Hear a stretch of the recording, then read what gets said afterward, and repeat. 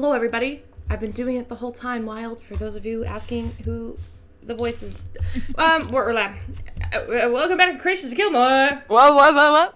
Welcome back to the Creations of Good Gildmoor. job, honey. You're doing great. Thank you. I'm doing an excellent job. Last time!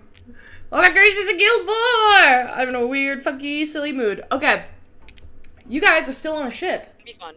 Yeah, it's wild times. You guys are still on the ship. That's me. And, Aurora, you went to go talk to Ginny at the beginning of last session. You walked in on a conversation between Bridget and Ginny, and then ended up having your own conversation about lost memories. Ginny told you the best source to go to for lost memories would be a healer, and that there was essentially an option for you if you wanted to try and find a way to restore some of those lost memories that you have. Real quick, there are the tunes. Sorry, I got the tunes going now. Meanwhile, Viz, you were interviewing Cecilia, who told you that she no longer fears dying and feels invincible. The next day, the ship gained you a day of travel as it caught onto a tailwind, and you celebrated with a much long-awaited party. There were hijinks that ensued. Cecilia, you used Viz's spell ring to cause wardrobe malfunctions throughout the crew. You were steering the ship, Aurora, getting a close eye on all of the shenanigans going on. Mirabelle danced a solo tango. Coraline, you were dancing with Ginny, or talking with her. And as you did, you kind of were shown this weird vision from the Peacemaker. It was odd. It was of elves arriving in the mortal plane and war that conquered the land. You saw a massive beast fighting an elf, seemingly killing him, only to heal his wounds and curse the elf with a long life, and to watch everybody they love wither and die around them. The Peacemaker pulled you into her arms, Coraline, and told you that she does not want to watch the people of this planet suffer, and wanted her to understand the past. As this happened, you returned to the present, shunted out of that reality, and in the sake of living in the present, you took advantage of that opportunity and had the second cut to black moment in this campaign with you and Janie. As this final farewell to close of the evening, Cecilia, you used the ring to cast Feather Ball and made a very messy cleanup for the next couple of days. The next day, Aurora, you spoke to Mirabelle about the dance and offered to listen should you ever want to share what had happened. And Cecilia altered another spell and used Nev as kind of a dummy to do so, and asked her to find out what Rhett and Aurora knew and what they were on the ship for. Nev made a beeline for Aurora, and you cautiously answered Nev's questions, Aurora, but managed to not reveal that Bishop is kind of the reason you're on board. Knowing the spell was almost up, Cecilia messaged Nev, told her she could stop and walk away, but Aurora, you kind of caught sight of Reginald on Nev's back, hidden there. The next day, you all had gator stew from killing those massive monsters. But as the smell started kind of like flying into the air, there was a strange sight that you all saw. A black cloud on the horizon that kind of began to move towards you. And as I got closer, not a black cloud. Not a black cloud at all. Instead, dozens and dozens and dozens of these strange purple bird-like creatures with an owl-like body and a cat-like head. They approached you all rapidly, swarming Captain Amaris at the top. Food? Food? Food? And began to kind of take hold of the ship, many of you having to swat them out of the way just to be able to see what's going on around you. And as that happens, we jump into the first skill challenge of your time aboard the ship. So, there are currently 4 conflicts that you all see around you. There are 4 birds pulling on the pant legs of Captain Amaris, who's trying to not swerve the ship and steer it off path. As they kind of deal with her, you see Elizan up there kind of like trying to swat some of them away from her, not being able to help much in that regard. You also see a pile of them rush downstairs. You don't know where they're going, but there's at least 9 of them that rush downstairs to the second level of the ship. And a last 4 of them rush into the captain's quarters. So you see these events kind of happening as you all take in this sight and this strange bird-like plethora around you. What are you all doing? So since I'm sorry. I was about to say, like, did you say 4 events? Because I thought I heard 3. Yeah, there's enough birds downstairs that it looks like 2 events will be taking place. Oh, okay. There's a massive amount of birds rushing downstairs. Oh. And I'm in the galley helping the cook. Yeah, you are already down there, Aurora. Yeah.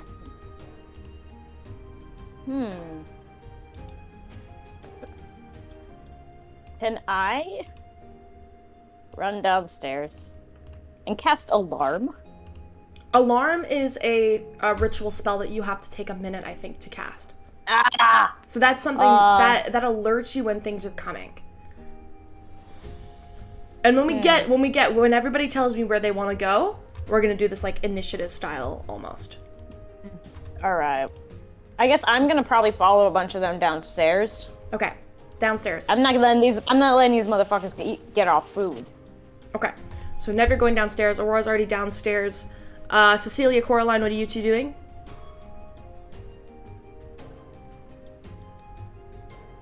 I want to go help the Capitan. Captain, so you're going up to Captain Amaris. Yeah. What about you, Cecilia? I just want to, like, stand in the center of the deck. Just Okay. Kind of watching everything. You're not gonna help? I'm gonna help, but I'm just gonna watch for a minute. Okay. So you hold back from moving. Mirabelle? I think Mirabelle will go help the captain. Okay, you go help the captain. Rhett and Viz. I think the only place that no one went was the captain's quarters. So we saw them go in the captain's quarters, so I guess we'll help out. Rhett will help out there. Okay. Yeah, Liz will roll up his sleeves and he's like, eh, and then he runs at captain's quarters. Okay. Let me show you all what you see. And we'll start with the first round. God.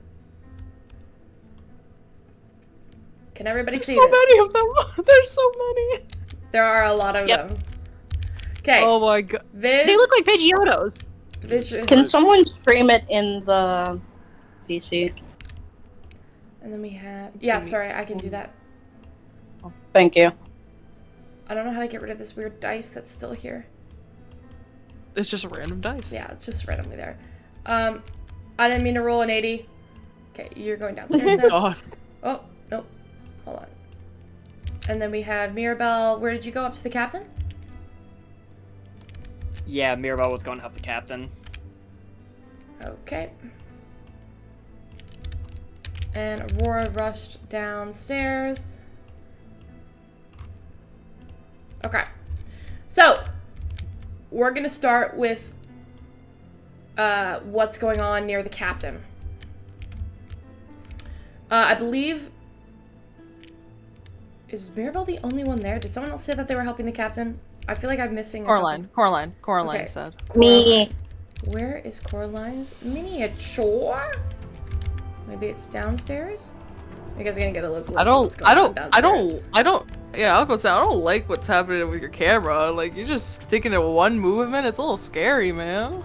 Yeah, weird. That's I don't Aurora. know. That's Aurora. I don't know what happened to... Can you guys see this? I don't know what happened to Coraline's mini, so I gotta grab it. Don't look. Don't. Nobody I look! can't see the. I don't think we can. If you're scrolling through a bunch of like minis, we don't see them. Fantastic. It cuts off perfect. It cuts off perfectly. Yeah, that's why I prefer you guys watch the stream, because I have to pull some things around sometimes. Okay, Coraline, you were also helping the captain. Let's start here then. With what is going on with the captain. Why is it always blurry? I don't know. Okay. There are 4 Ikenthi, and they are currently pulling, all of them pulling at the captain's pant legs. I'm gonna make some rolls for them because you guys get there as they are finished their first round of assaults. Miss, hit, hit, and hit. The birds begin to drag and pull at her pant legs. You see Eris go, "Oh, bud, this is bad. This is real bad." And as it gets pulled left, right, center, and you see the pant legs actually completely ripped, the whole ship begins to lurch. I need everybody to make a strength saving throw. Oh, fun. God. Strength saves. Don't fail me now. Please, for the love of God.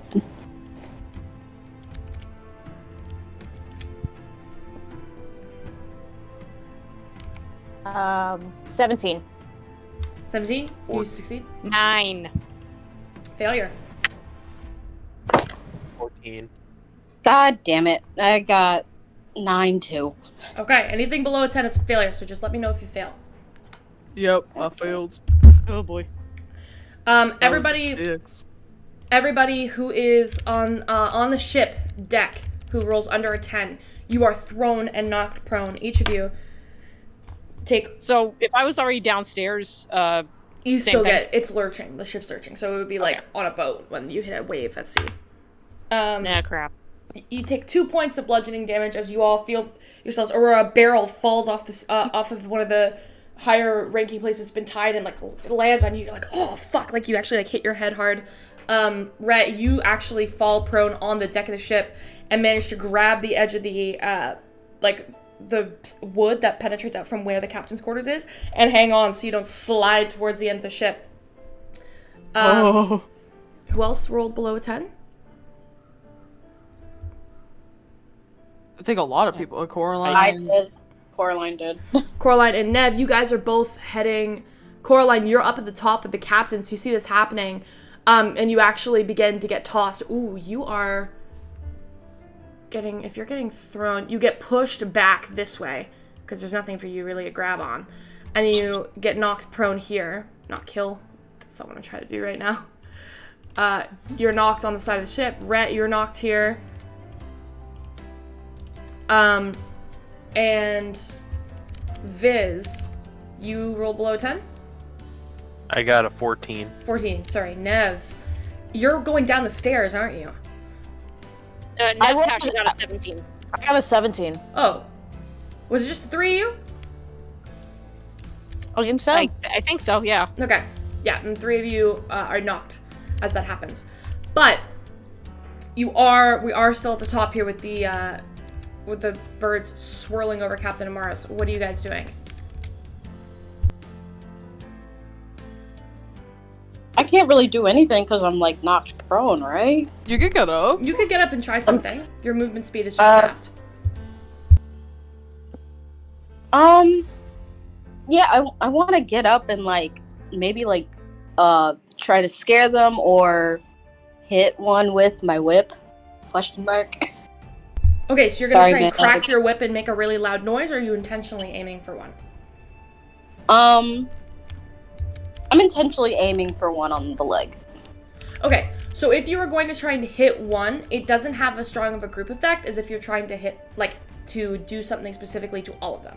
So, you can make an attack roll against one of them. Which one do you want to hit? And as you stand up, what's your movement speed? My movement speed is 30 feet. 30 feet. Okay. So the concern now is figuring out how you're going to try and hit one of the birds. Are you moving over? You're here, right? So where are you going to try and stand, and which bird are you going to try and hit? Okay, let me zoom in because it's kind of blurry on my end. I guess I'm going to move and hit the closest one to Mirabelle. Okay. The closest one to Mirabelle, that would be this one right here. Go ahead and make a weapon attack. Weapon attack. Hate doing this on my phone. It's fine. I bought you dice, though. Didn't you get their dice? Do you have your dice? I have my dice. It's like scrolling through everything. That's what I Oh. mean. It's annoying. But okay, I'm gonna roll crystal dice today. Let's go. Don't fail me, please. I love you. I polish you every day.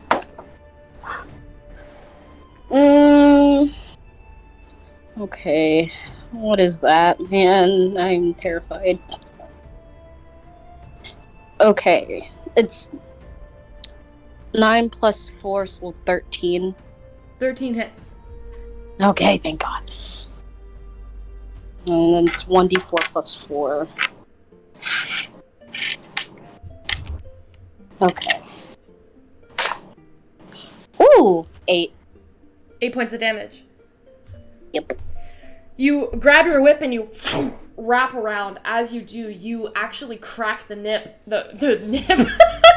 You crack the whip around the neck of the Ikenthi, and as you pull, you guys hear this sickening snapping noise as you snap its neck, and it drops to the ground. The body hits the floor, and as it does, the other Ikenthi immediately stop what they're doing, turn and look at you and go, "Kill! Kill! Kill! Kill!" Attention now focused on you. Oh no! No! From the sky, Uh-oh. you hear another cacophony of "Kill! Kill! Kill!" as more of the beasts who have been circling around in the flock now decide that you are the next target. 1, 2, 3, Oh no! 4. What have I done? God damn it. Okay. You Mirabelle, are what are getting you covered doing? in feathers.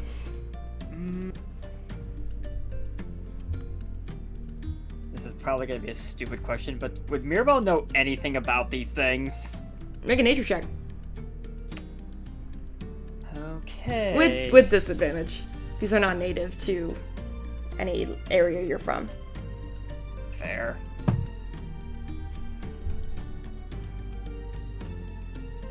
That'd be a 10. 10?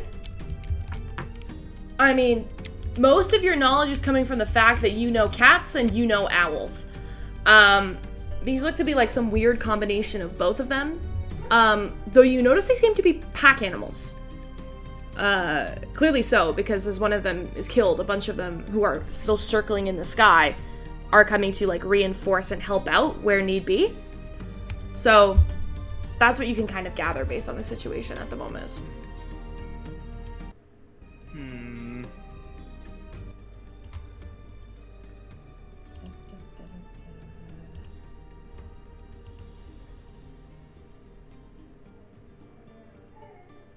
I'm gonna try something a little dumb and see if it somehow thins the numbers. Let's make sure I can do it. Yep. So I think I'm gonna do something a little crazy and use thaumaturgy to create the sound of a bunch of gators roaring, like the sky gators, see if maybe they think, oh no, another enemy is here and can maybe scare some of them off. Okay. Go ahead and make an intimidation check.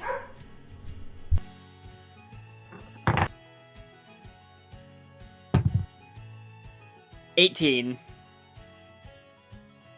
18. Okay. Which flock are you doing it at? Are you doing it at the ones directed at... Because what's the range on thaumaturgy? Double check real quick. Thaumaturgy last time I checked was 30 feet. Yeah, it's 30 feet. Okay. So which flock are you going to attempt to prioritize here? The ones that are now coming down from the sky, or the ones that are around Captain Amaris? I would say the one up in the sky, to try to deter them so we can focus on the flock that's still attacking the captain. Okay. You rolled an 18 on your intimidation check? Yep. Okay, let me roll some stuff. Yeah, no. You hear the birds go, no, no, no, no! And immediately they take off elsewhere. You hear them kind of duck. They Some of them nope out. slide out and they disappear. Them falling is so funny. I, at the sight of that, I guess Mirabel will just let out a little chuckle. Okay. Before we move to the next skill challenge section of the ship, Lazan is going to take her broom and try and just handle underneath one of them and toss it off the ship. Nope, natural 4. She winds the broom around and whack, hits herself in the face, and she kind of backs up a little bit, a little dazed. Captain Amaris is gonna go, oh, these godforsaken birds! Oh my god, bud, what do we get? Come on, I got some here somewhere. And is pulling around in her ripped clothes, opens up the inside of her jacket, grabs a bag of like what looks to be like shiny something, like either like shiny sand or like something, handles it up and goes, here, you little bugger, you want one? And throws it off the side of the ship. She's going to attempt to make a persuasion check.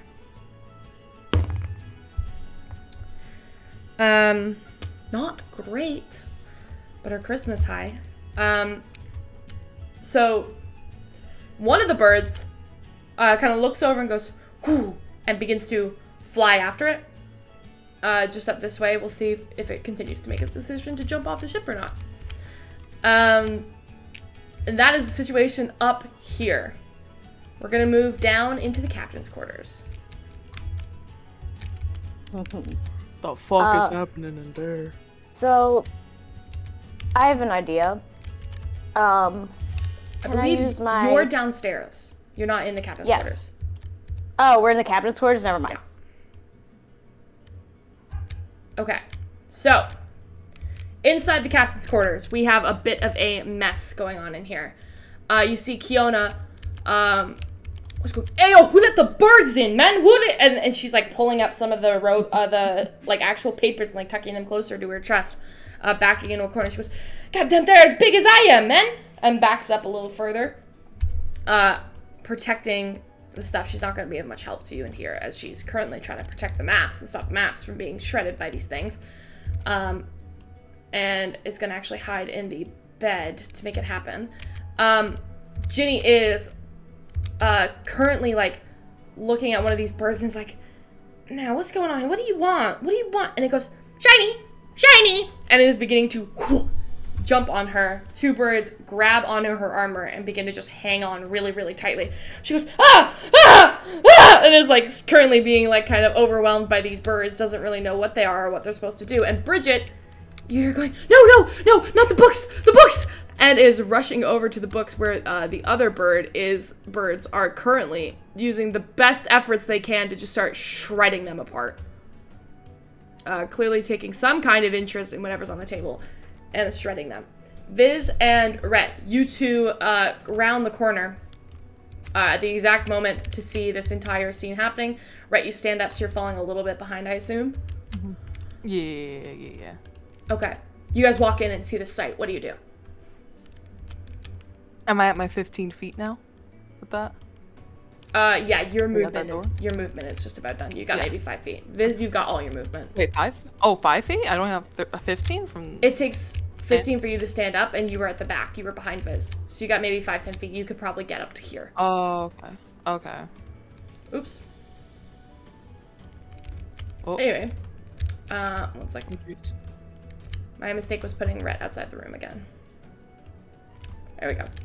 Okay, so, what are you two doing?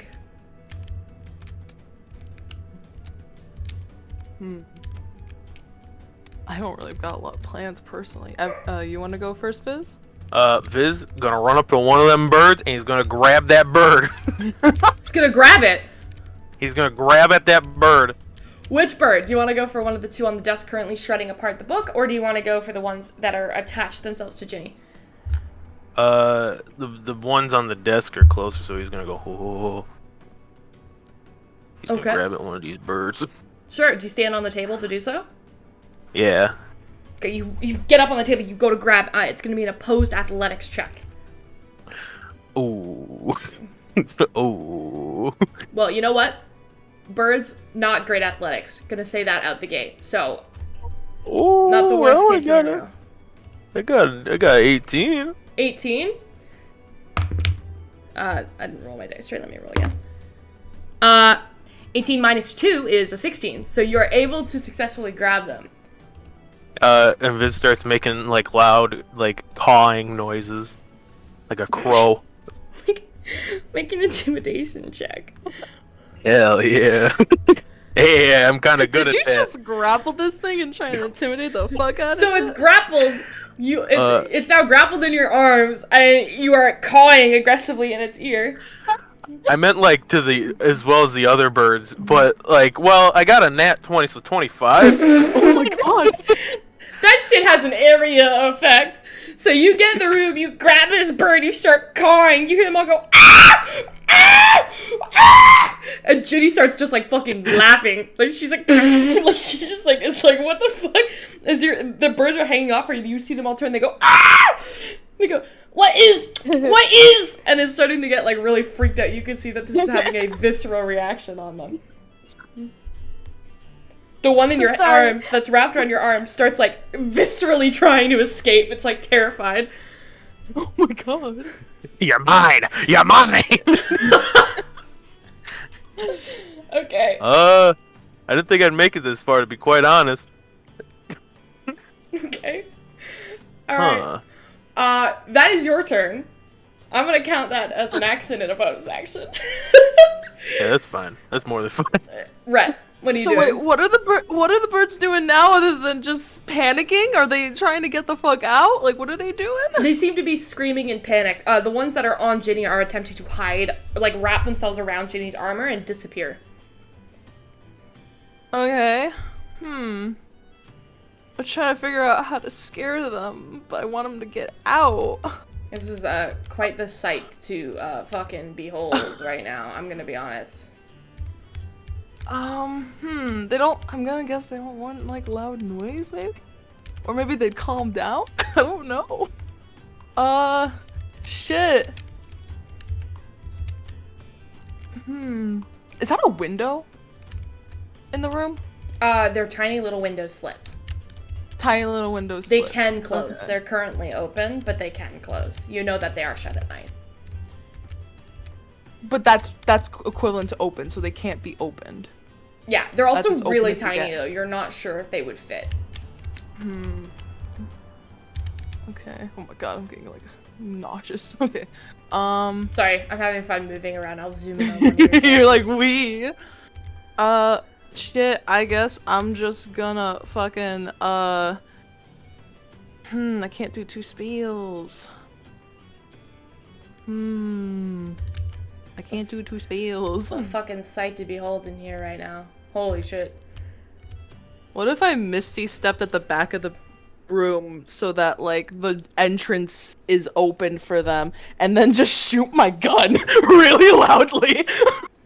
It's up to you. Can I just shoot my gun? I'm not aiming at anyone. I'm just trying to shoot my gun so the loud noise scares them to go like away from the back of the room and go forward towards the entrance. Are you gonna Misty Step to get there?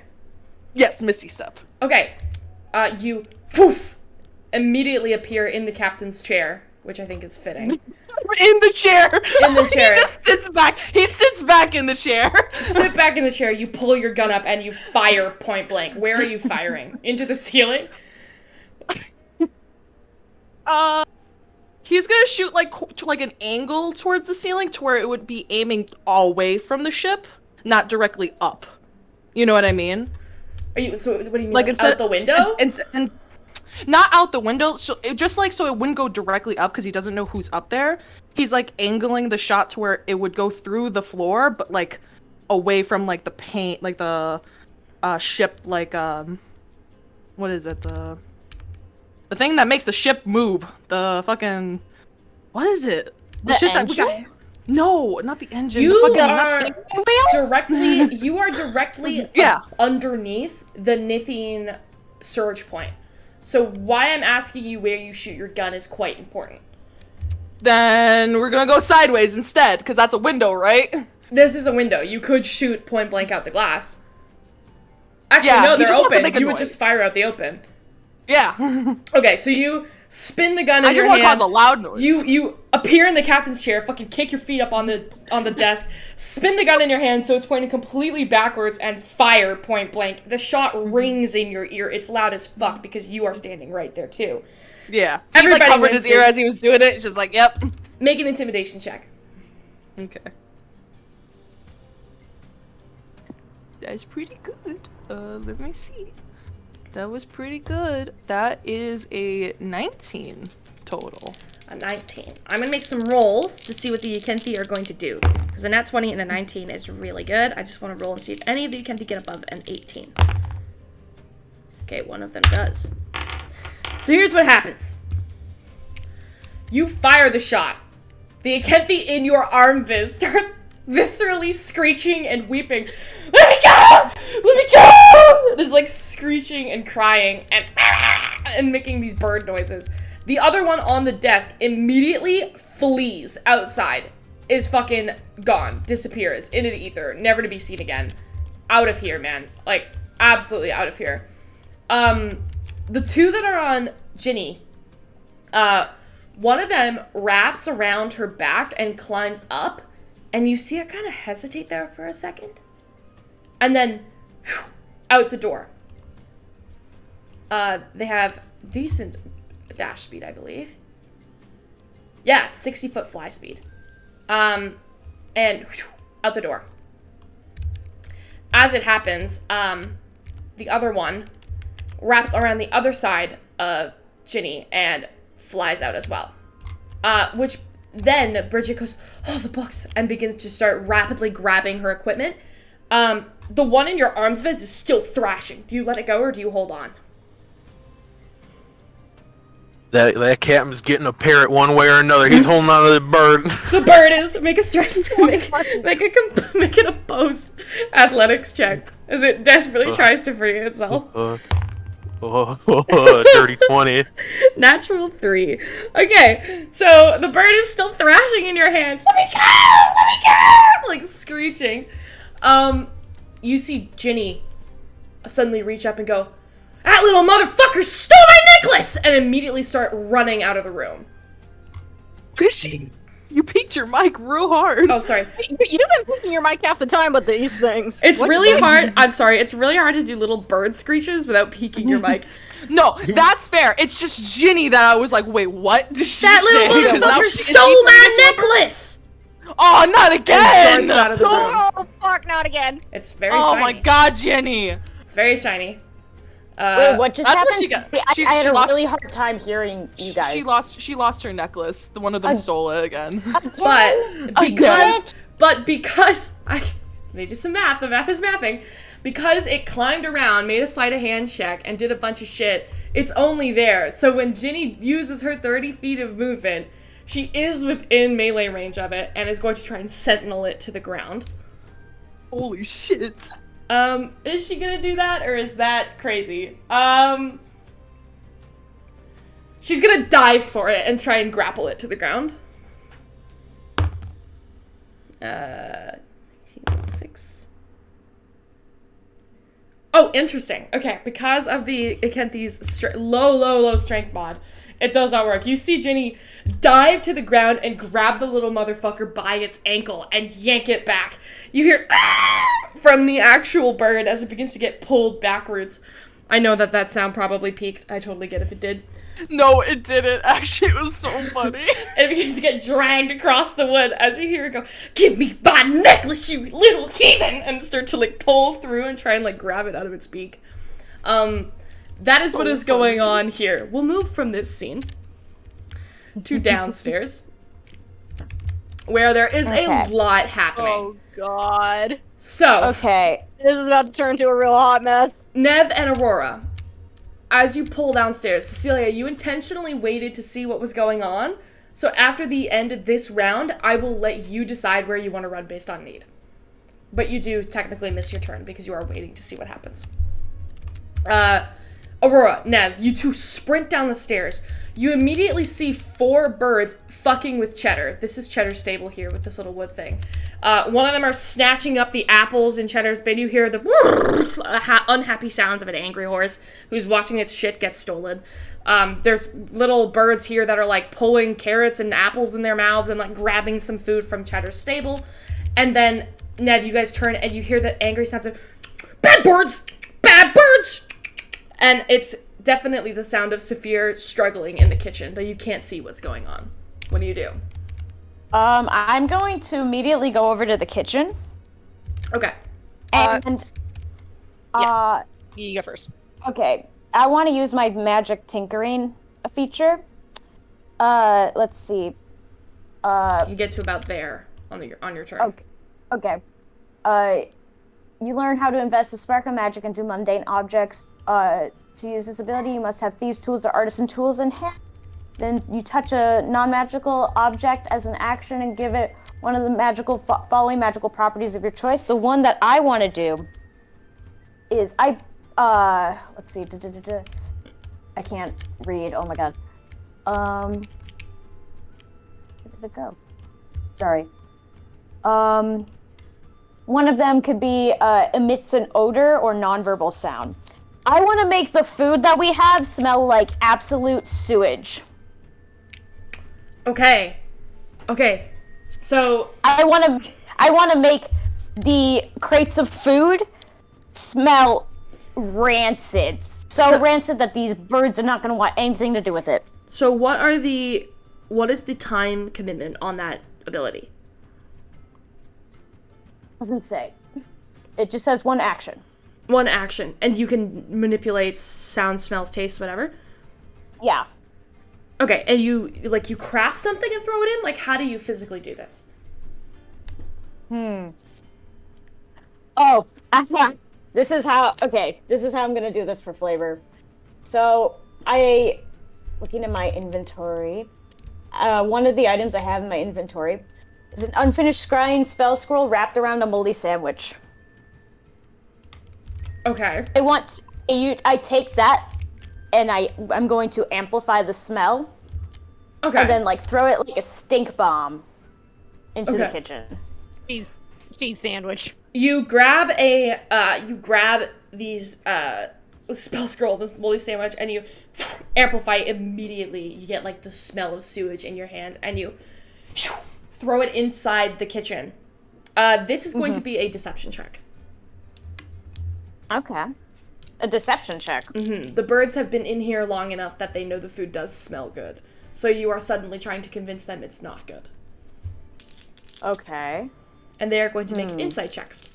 They are birds. I believe their wisdom is really bad. Oh, it's actually Nat okay. 20. Okay. I'll roll for flavor. See if one of them gets a nat 20. Nope. Immediately the birds start getting you see one of them was picking up a bunch of shit in its mouth. It had bread rolls and stuff that was getting grabbed. This one was going for bits of gator. The other two were just intentionally antagonizing Saphir. And she has a pan in her hand and she's been whack, whack, trying to hit them aimlessly. These two immediately go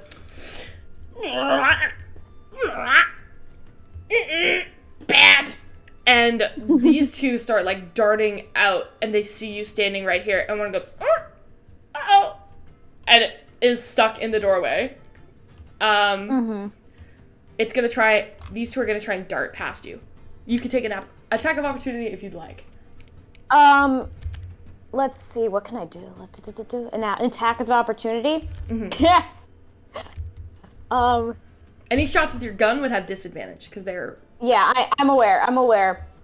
Can I just punch them with an unarmed strike? You just want to hit one in the face? Yeah, so I'll kick him with my metal foot. Okay, sure. Make it Fuck yes. Slap him. Yes. Make an unarmed strike. Jeez, 17. 17. Immediately does 3 damage. You kick the bird. The bird goes, ow!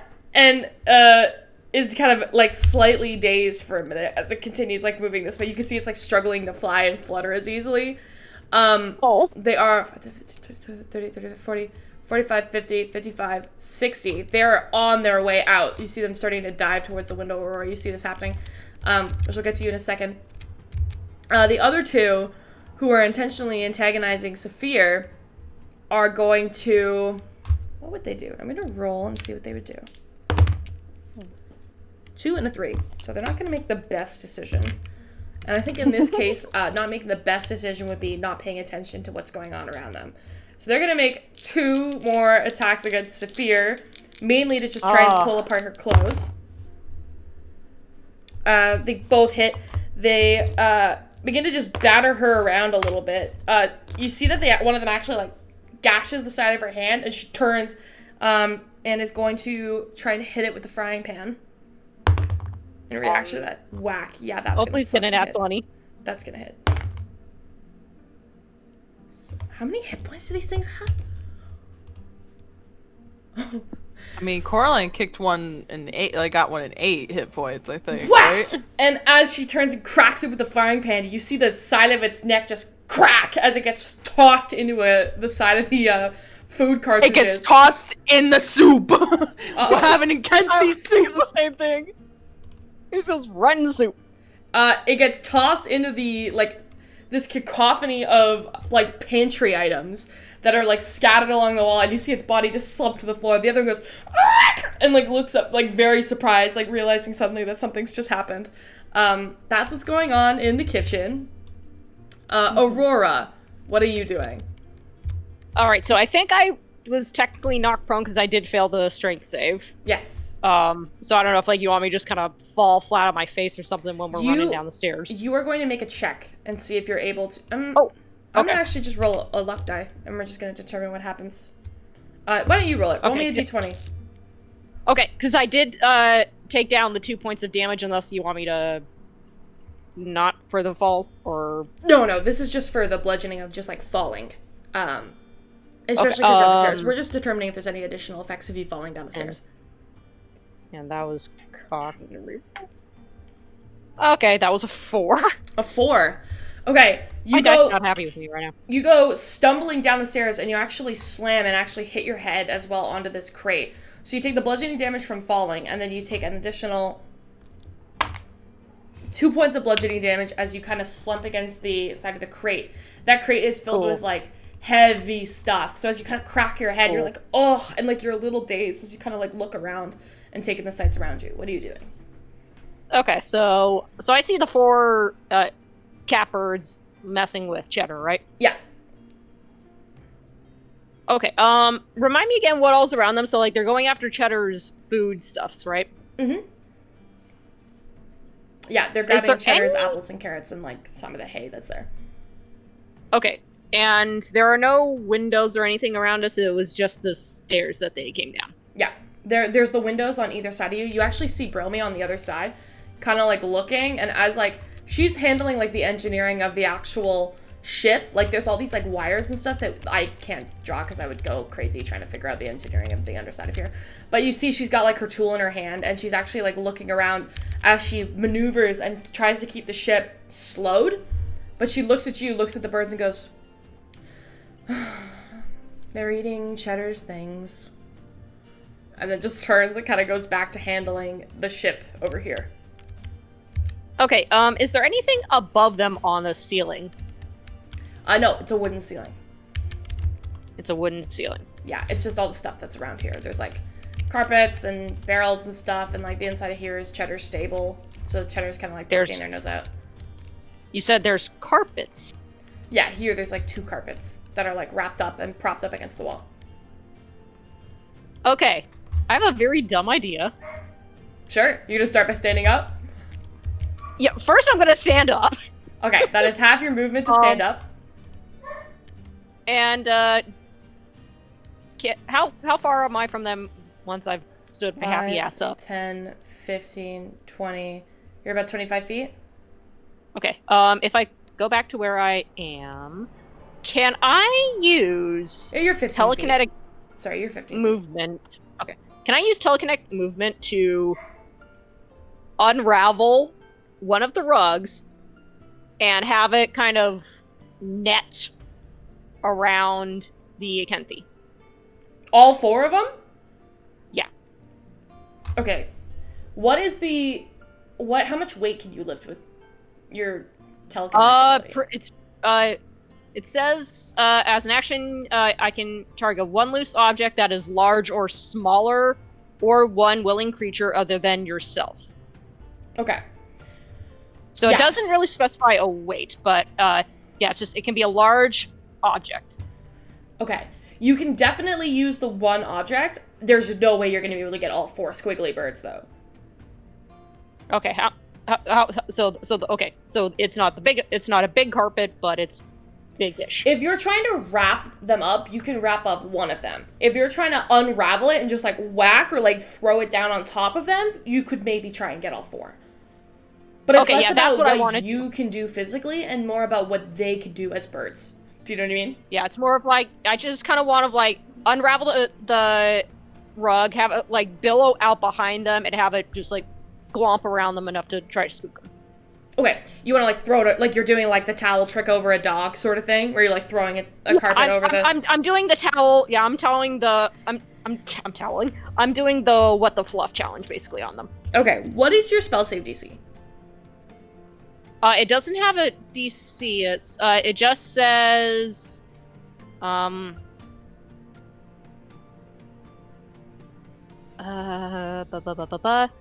it's from my psionic power. It doesn't give me a DC, so if you click maybe spells, it would be like... do you have any spells that give spell save DC? Because I'll just use that number. The only spell DC that I have is for my Sacred Flame, but that's a dexterity of 13.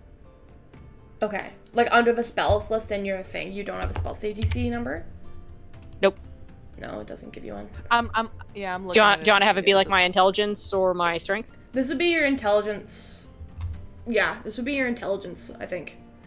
Since this is telekinetic, technically. Yeah. So what would your spell save DC be if you were using intelligence? 16, I guess. 16? What's your modifier? Plus 3. So it would be 13, I think. Right? Does someone who's a wizard want to tell me real quick what a spell save DC, their spell save DC is? I think the spell DC always starts at 10, doesn't it? Yeah, 10 and then it's plus 3 for your modifier, right? Okay, so then it would be a 13. All right, 13, so then okay. it'd be a 13. All right, so they cool. gotta make... Thank you. Wow, holy sorry shit. for that. No, math is so hard. It's fine. They are going to make... Do they have any saving throws? They don't. This was me making an error when I was designing this creature. Let's do a dex save. They get a straight +2 to this, so they're going to try and beat your spell save DC of 13, okay? Okay. So we'll start with... Really, so what I'm trying to do is scare them with this. Yeah. Well, my thought is you're trying to, like, throw it over them and, like, cover it and at least contain them. So let's start with trying to contain the first one. I just rolled twice, which is stupid. I'm gonna roll once and roll again. First one succeeds. Second one fails. Fail. Fail.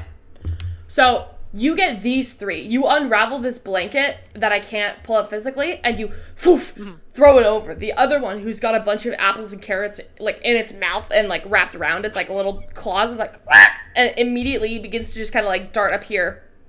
But you see the carpet being like writhe as they all go help, help, help, help, help, and the sound of like, you know, birds under a carpet.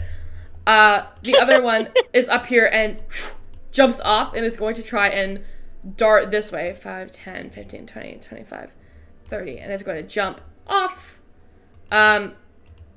You hear Bromie go, "Oh look, it escaped," and as it dives over the edge and takes off with mouth full of carrots. But the other 3 are currently wrapped under a carpet. Okay, so it flew out of the ship? Yeah, it used its movement to dip out of there. Okay. Okay. So that actually worked. Holy shit! Hell yeah! I think we're back at the top now. I'm just gonna move you up here so I can grab. Oh, I accidentally have 2 Bromies. I don't know why. Doesn't Cecilia need to go? Cecilia, what would you like to do?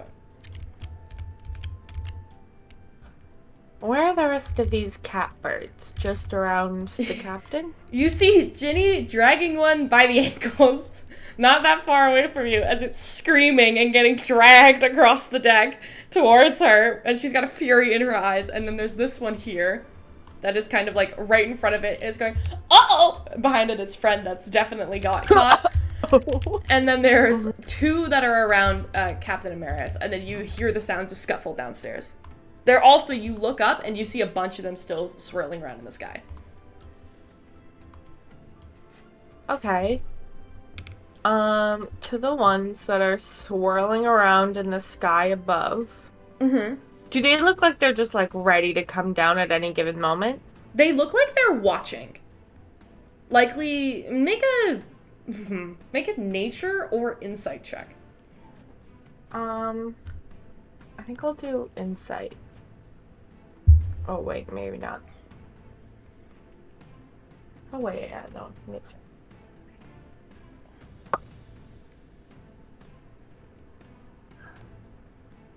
Teen. 18? 14. 14. It's not too dissimilar, the way that they're circling. It's not too dissimilar to when owls are circling to see if they can spot prey. You gather that they're wondering how good of a catch the ship is. Okay. I am going to...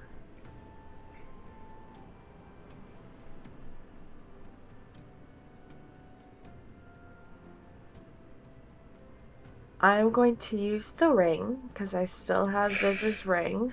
Okay. Like, how far up in the air above the ship are they? Anywhere between, like, 60 feet above you and, like, 180 feet above you. Okay, well, in that case, 60 feet above me, I'm going to use the ring. God, I hate it when you use the ring. What are you using the ring to do? Wither and boom. Okay. Okay. What do you want Wither and Boom to do? Basically, it'll, like, target a couple of them in, like, a 10-foot radius. I think it's 10-foot radius. Yeah, 10-foot radius sphere. And it does necrotic damage. And then usually what the spell would do would then allow a creature in that same space to, like, roll hit dice. I instead want that energy collected to explode. Okay. Roll me... Make a spell attack. Just like a vague spell attack. This is going to determine how effective what you want to do is. For sure.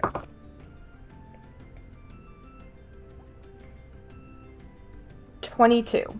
22. Okay.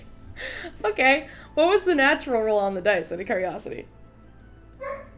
17. Oh, Jesus Christ. Okay. You look up at these little birds. You, like, kind of tilt your head. They're kind of fucking annoying. They're likely going to keep coming back if you don't do something big to scare them off. Good thing you have something for that. And you hold up your hand, and you begin muttering this incantation. A couple of birds begin to kind of, like, look down, the ones that are flying higher up, and they're like, what's that? What's that? Big light! And, you guys ever seen, Pokemon? And you ever seen a Pokemon use a solar beam attack? Oh my god. It's a lot God, like that, in the sense where this, like, bright white ball kind of forms in your hand. And like a beam sent from hell, this blinding bright white light just, like, launches up into the sky towards all these birds, and you hear the sound of, ah! And this, like, absolutely shocked and terrified screech as it collects up and then, poof, explodes. Go ahead and roll 5d6. What spell is this casted at? We really are making some Ikenthi soup, man. This is gonna, okay, if it's second level, it's gonna do 3d6. Okay. 6.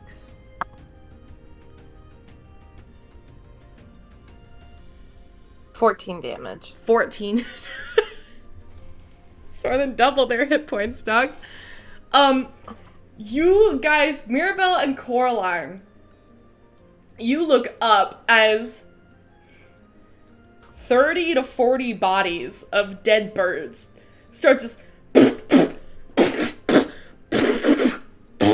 down, slamming into the deck, every bone in their body shattering as they fall from 140 feet in the air, completely fried by radiant energy. And the smell of chicken just starts kind of like slowly wafting through the air as these birds start falling out of the sky. Mirabelle, Coraline, and Cecilia, all of you make a dex saving throw for me. Wow. Okay. Can I ask something depending on what I do for my dex? Okay. Can I catch a couple of them? They're hitting the deck. I'm having you make a dex save to make sure that the flying projectile of a falling dead bird doesn't hit you. Yeah, but I want to catch it. But you know what? That's fair. That's fair. I will roll dex. I just want to catch the birds because, you know, food. I mean, they're definitely hitting the deck and they're definitely cooked. And by the way, this isn't all of them. This is just a good selection of them. I mean, so are the gators, and we turned them into food. You know, fair enough. Never mind. I backtrack. Never. We'll eat them anyway. It's cool. And you said dex save? Yes. I got 18 for my dex save. 18. Ooh! 24. Yeah, you're good. You catch a bird on its way down. It was gonna hit you, but you reach out and you kind of grab it by the scruff of its neck. Cecilia. 8. 8. And with the hubris of a wizard who didn't quite think about what they were doing before they did it, you see this, like, dot beginning to approach you, and you're really good at math. You look at it and you're like, oh, fuck! And you begin to try and, like, move out of the way, and a dead bird just, wham! Like a projectile slams into your shoulders and knocks you completely flat onto the ground. From that high, it's falling from 160 feet.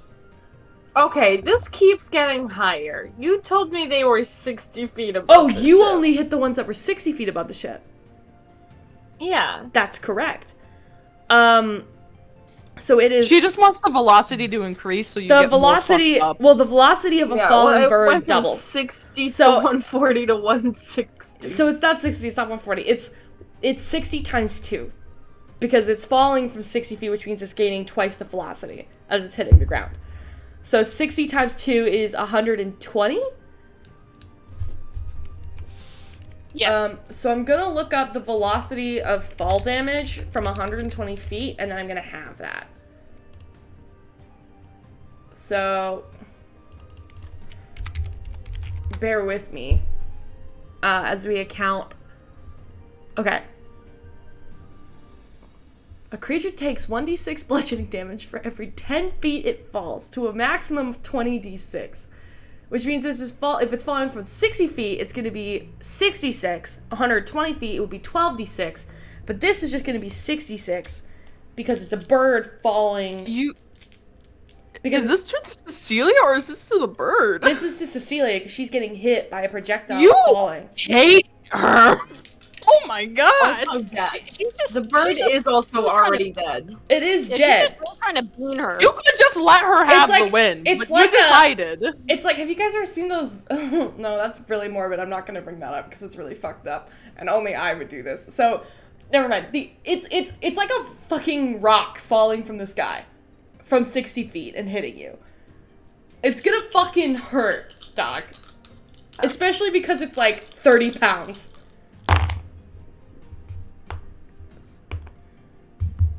It's a really good idea, though. Death by chicken.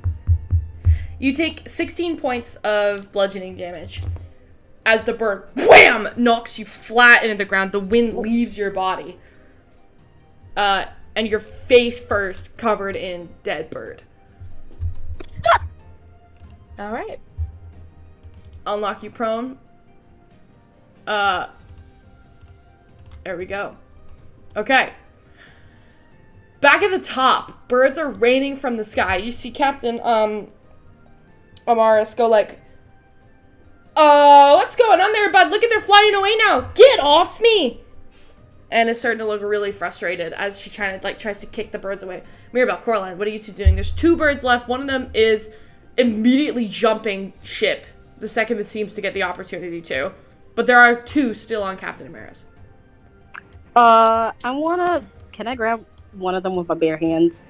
Like, neck. 5, 10, 15. Sure. You want to make a grapple check? Yes. Okay. Make an opposed athletics check. Da-da-da-da-da. I just wanted to grab it by the neck and, like, observe it. See what the fuck this thing is. Okay. And it's just a straight roll. Do I have to add anything? It's an athletics check. It's an athletics. Okay. What is my athletics? 14 plus 2. 16? Yep. That's a tie. Oh shit! What? That's a tie. I'm as strong as a bird. I can't remember if a tie is meets it beats it for the person being grappled, or if a tie is like armor class in which it works. Do we I do think you've been it doing again? this to beats it. Do we just roll again and see what happens? If it's a tie or lower, the thing doesn't happen. So that's what it says. So Aw, you reach damn. for it, you grab it, and the little Weasley little bugger kind of just nope, and kind of like skirts out of the way. Don't touch me! I'll touch whoever the fuck I want. Looks very scared. Yeah, it's like Coraline's confused about this thing. She mostly wanted to grab it so she can take a closer look at it without it, buzzing around her head. Yeah, it looks like a weird cat-bird hybrid. It's purple. It's really weird. They got like really weird yellow eyes. The whiskers are like all crooked. It's like really strange. It's not cute. It's not cute. You Damn. know, this How one, dare this you? one doesn't look cute. Some of the other ones might be cute, but the one you're looking at looks like pretty fucking weird. After seeing that, she kind of like tilts her head and makes like a sneering face, like ew. She grabbed the mangy one. Mangy. Yeah, it's like, you know how some rodents are cute and then some of them look like rats? That's kind of what's going on here. Because they're rats. The other one, Mirabelle, what are you doing? So, Coraline grappled one of the ones that was still on Captain Amara's, right? Coraline went for one of She them and failed. wasn't able to grapple it. So I guess while she's doing that, Mirabelle's gonna pull out one of her short swords and attempt to stab the other one. Holy shit. Okay, go ahead and roll the hit. Alright.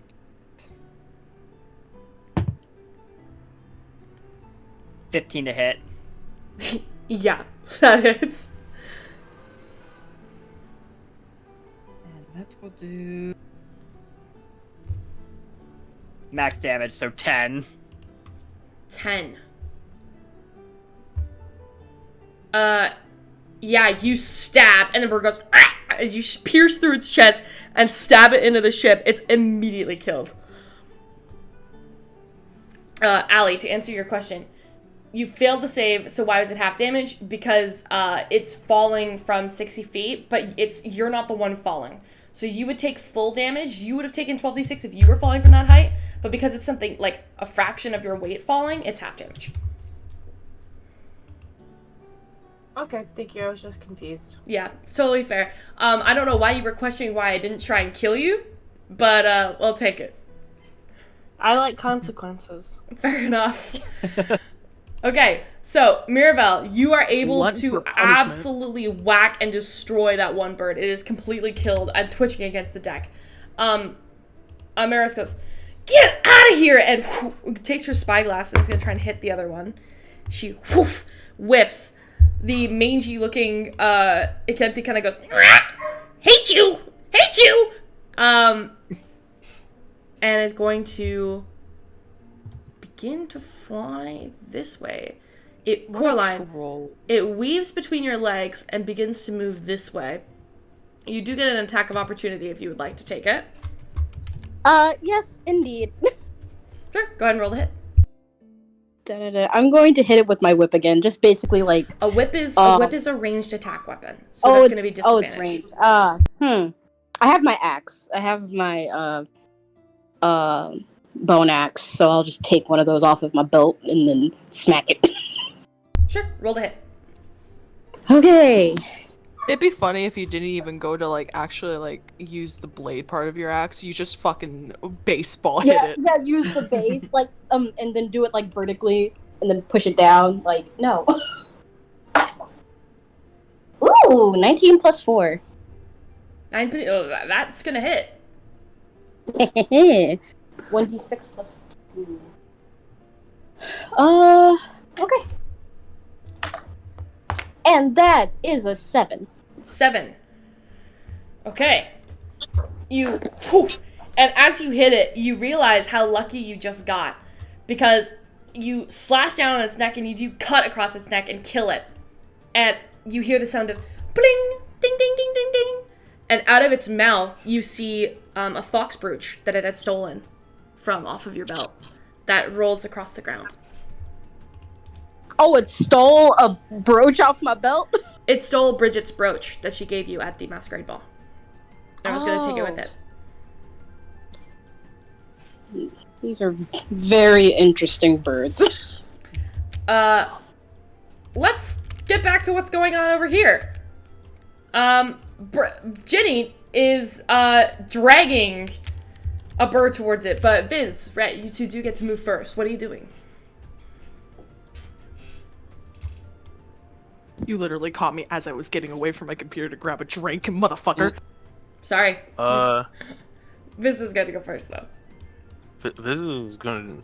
How should Viz calm this bird cat down? Help! Help! Help! It's very stressful.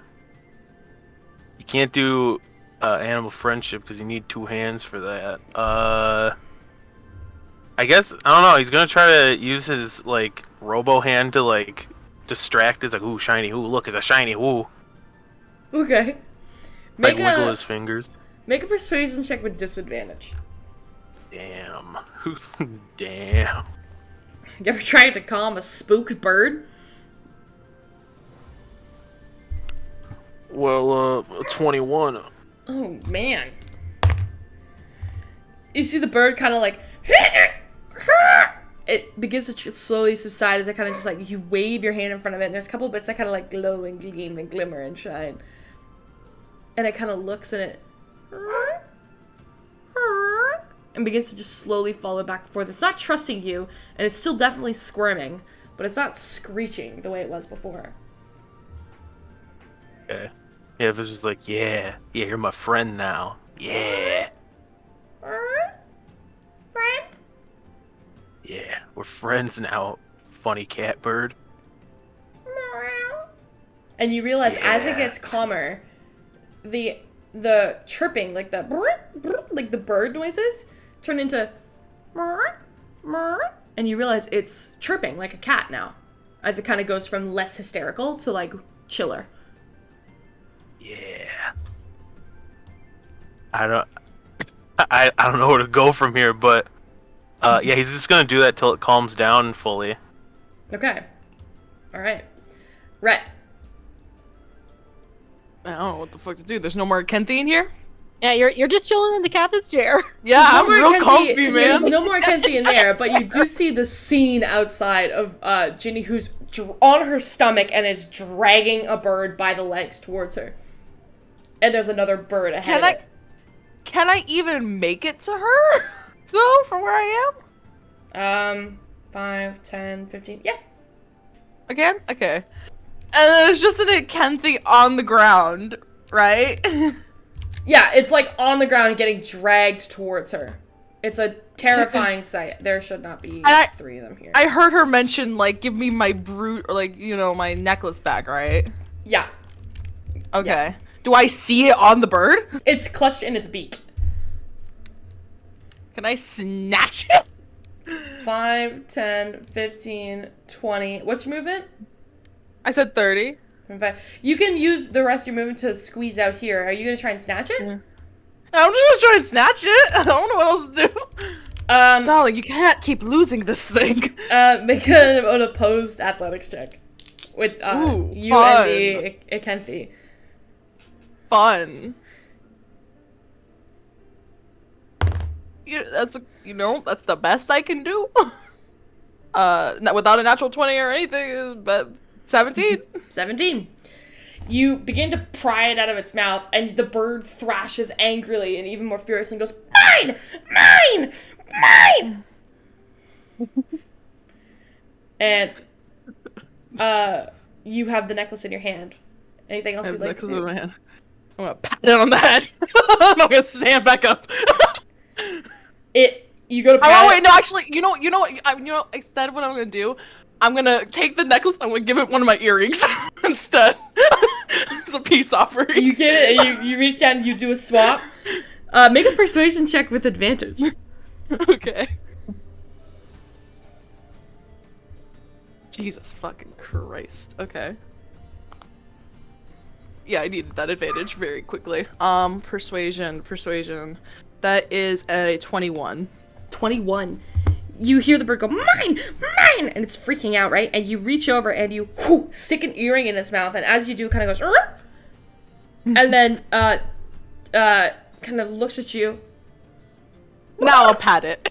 And it takes the pat, and it begins to, like, furiously flap its wings, and he goes, "Oh, no, you don't, you little motherfucker!" And grabs it by the let legs. It go, Dolly, you can let it. I have the necklace. I fucking hate birds. And then swings it in her hand and woof, throws it. Was that necessary? Per se? Off the ship. You see it slowly begin to, like, pick up and start flying a little bit later. The other bird dives after it. Not really necessary. Can's necklace. She snatches the necklace out of your hand, throws it over her neck, and goes, "Yes, it was." And turns and, like, stomps back into the room, pissed. What is... Alright. Anyway, let's go downstairs. We have two birds that are fleeing from the kitchen. Nev, is there anything you would like to do in the kitchen? Saphira's kind of, like, batting this other one off. So how many more birds are left? One in the kitchen, two that are, like, starting to leave.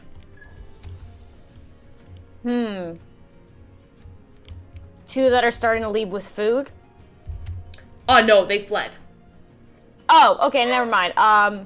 And they're, like, going away? Alright, well, I guess I'm gonna go, let's see, what can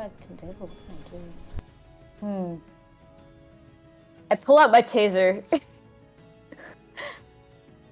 And I'm gonna You have to hit the right bird. I'm going to zap the bird that's trying to attack Saphira. Okay, you're gonna try and tase For the it? cat bird, not the person bird. Not the person bird, I know, the cat bird. So do me a favor and read the description of your taser. Oh, Well, no. you wrote it. So, the TaseCam HD, which is not called that anymore, it's called the Zappy Box TM, is a camera item that also operates as a taser. When it takes a picture, it either attempts to shock the user or up to 4 individuals that are the photograph subject. The creature targeted must make a con saving throw against the user's spell save DC or take 1d8 non-lethal lightning damage and become incapacitated for 1 minute. Additionally, the camera takes very high-quality presentation pictures despite the photographer or subjects being electrocuted. Okay, so. Battery is not included. Okay, so considering this bird is wrapped around Saphir, Sorry, Saphir. Yeah, it's gonna get Saphir. Okay, that's fine. What's the save? What is my spell save? 15. 15. And it's con. Holy shit. Did they both fucking save? I think they both just fucking saved. Which would be crazy. Hold on, let me double check that the Ikenthi don't lose anything. from con, but I don't think they do. Which means I rolled a 19 and a 15. I'm pretty sure they both save. Oh. Yeah, they both save. So you turn it. Would a 15? Would it still hit if it was a 15? Or no? Or is that not how spell saves Yeah, work? it beats it. So 15, 19, you snap the picture, the tase doesn't go off this time. You're like, what the fuck? You kind of look at it, you're like, huh? But this beautiful prestidigitized picture of Saphir, like, screeching and whacking at an Ikenthi that's, like, clambering up her leg is taken. Pretty good picture. Help! Why are you damn taking... We're using... Hit it! Saphir seems frustrated with you. Nev is used to people being frustrated with her, so she's just more trying to figure out why her camera didn't work. Let me see. Do I have a bonus action? Like, what the fuck? Why my taser not work? Can I do anything else? Oh, that's your action. I just really want the Throw visual the of camera. Can you what? The bird. Can I throw the camera at the bird? No, that would be an action. You have a bonus action. Damn it. Can I just shoot the visual? I would really love the visual of her being so mad at Nev, but Nev just legit plops crisscross applesauces and tries to tinker on her camera. Absolutely, that's what she does. You have a bonus action. You could try and like do something else. You could make a check against the bird if you wanted to, or you could just, plop down and check out your camera. Can I just make an intimidation check against the bird? There's How not really. are you going to do that? Stare at it with her creepy smile. I scream at it. That works. Honestly, that works. Make an intimidation check. 16. 16. You scream at the bird. The bird looks at you and it looks extremely upset and confused as it begins to still clamor around Saphir. Saphir turns with her frying pan and is gonna try and hit it. 13 is gonna hit. It's a frying pan, so it's gonna do. This is an improvised weapon. It'll do 1d4 plus Saphir strength mod, which is 1, so 5. Whack! Hits the bird. The bird, and like immediately turns and tries to like dart back in, and hisses like a cat.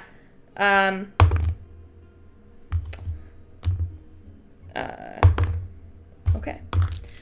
And immediately swirls around Saphir twice and then rushes out of the room. Would you like to make an attack of opportunity? Sure. I kick it. Okay, you go to kick it. Go ahead and roll your damage. Or roll a hit. No, 19. Yes, that hits. Go ahead and roll damage. It'll be 3 damage. 3. Poof! You kick the bird. The bird and begins using the rest of its movement speed to fly out after its friends. It will double dash, as will the birds here, who are safely going to take their respite opportunity to flee while they still can. Aurora. Yeah, and stay the fuck out. Aurora, Yes. you have birds in a carpet. That's a sense I never thought I would hear. What are you going to do with the catbirds you have in a carpet? The carpet is thrashing. You gather that you may not have the longest amount of time before they can escape, but you have some option here. So what would you like to do? Okay, so, yeah, first I'm gonna walk over to this, mess. Okay. Okay, so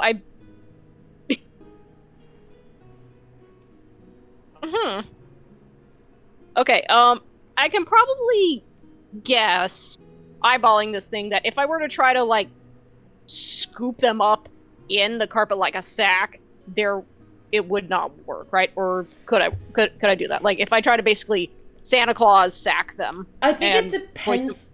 It'll depend what your intentions are. If your intentions are to like trapping a spider in a cup kind of thing and like letting it out, if you were gonna try and like quickly wrap them and then throw it and the carpet out and like flick it out, you could probably do that. Turning it into like a snare to trap them is gonna be significantly harder. I was thinking of the first option. Just do the classic spider cup. Okay. That is going to be a opposed athletics check against every single Ikenthi. Okay. Athletics. Yes. Okay. Come on, dragon dice. Come on, dragon dice. Come on, dragon dice. 19 plus 5, 24. Well, one of them rolled a natural 20, but it doesn't matter because that still beats it. Okay. Yes, you have all three Ikenthi temporarily wrapped in a set in a carpet. And I'm assuming you're going to the nearest window immediately? Yeah, as I'm guessing I probably can't make it all the way up top. 20, well, you could walk to the side window here and let them out. Yeah, I'm just gonna go to the side window and just alley-oop. Okay, so 5, 10, 15. Yep, you can make it there. And poof, you open up the carpet and you let it sail. And all three Ikenthi go, hate you, and immediately get tossed outside the window and fly away. I'm gonna say Aurora just like does like the like dusting of the hands and goes, well, that was interesting. Bromy looks at you and goes, fucking pests, my god. And just goes back to like dealing with her Nithine engine. I think Aurora's gonna go check on the hot mess in the kitchen. The kitchen is all good. There isn't a single Ikenthi there left. Okay. Oh, right. Okay. But that being said, there are no more Ikenthi on the ship. Even if Cecilia did get one Except dropped one on her. in Viz's hands. Except the one in Viz's hands. So, that being said, we're officially out of initiative order. And y'all can deal with whatever chaos is now going on with this bird after we come back from our break. So we'll see you then with more hackle-raising bird fighting content in 15 minutes.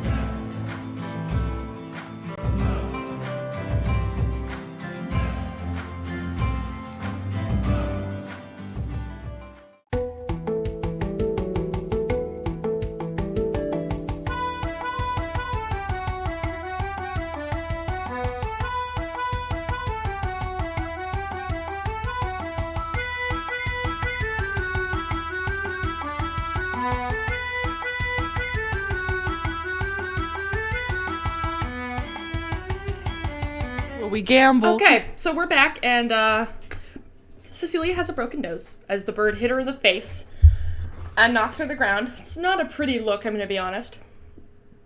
And yeah, it's definitely fucked up. Like, with the bludgeoning force of you looking up and then getting hit in the face with a bird, it did break your nose. But luckily, it didn't snap your neck. That would have been really bad, so. Anyway, taking in the situation around you, as it is just kind of recovered, and everyone's feeling nice and chill. Everybody kind of takes a breath. You soak in Feeling the fresh nice and air. chill? Yeah, everyone like takes in a breath as the birds leave or they're fried on the ground, and you smell the slow rising smell of bird cooked from Cecilia rapidly shooting something in the sky at a whole flock of them. Did you Can I just- bird cooked, not cooked bird? You smell bird cooked. Yeah. Can I just say that Aurora, when she comes up onto the deck and sees the dead Ikenthi, she just goes, "Didn't we just clean up the feathers?" Alright, we'll probably have to do another one. Probably like picks up an Ikenthi by the leg and it falls off its leg. God. Are you keeping that thing, Fizz? Looks back. He walks out and is like, hey everybody, I got one! Fuck. Hello. Hello? Is it my friend? Does Are it we have gonna a eat it? name? No. No. No. He like moves it away from Nev. You have spared I was me. gonna... You have spared me from eternal damnation. For that, I am grateful. What the fuck? What? Yo, Whoa! yo. These things could only fucking mimic people. That's, You know how- that's a pretty good mimic. You That's know not how true. kids hold... Well, you know how kids hold, like, cats, like, when they have their arms wrapped around them, but they're, like, kind of slumped and their front paws are just sticking out towards, like, wherever they're facing? That's how Viz is holding this bird. I am indebted to you. You have Well- spared me from eternal damnation. What? All right. Where'd you learn that? Whoa, what? I have been chosen by you. What? What Yes. You sure have, darling. Can I make an intelligence or nature check to see? Because, about. Can I just make a general nature check about Ikenthi in general? Sure. Well, let's see. What's my? They're from the Underdark, right? Well, I know they're from the Underdark. I think I already rolled for that earlier. Do you get any assistance with that? Because Well, you Underdark? Whatever a 17 plus 5 is. Jesus Christ. Hold on. Let me just pull up the Ikenthi stat sheet again. Here's what you know about Ikenthi. They're Underdark creatures. They've adapted to the harsh terrain of the Underdark. They often have, like, agile brown and black feathered bodies. Sometimes they turn purple, though. Like, in this case, like, a lot of this flock happen to be purple. You know that the birds will turn purple when they're no longer living in the underground. The ones who have adapted to live overground, their feathers turn purple. The ones who stay in the Underdark, they turn black and brown. So this one and its flock have likely been above ground for quite some time. They have keen yellow eyes, pack creatures, primarily scavengers, although they sometimes do show themselves to humanoids when they're starving. There are suspicious people who believe that Ikenthi are something to be wary of. Sometimes people see them as a bad omen. And you know that there are magic practitioners who will sometimes take Ikenthi as familiars.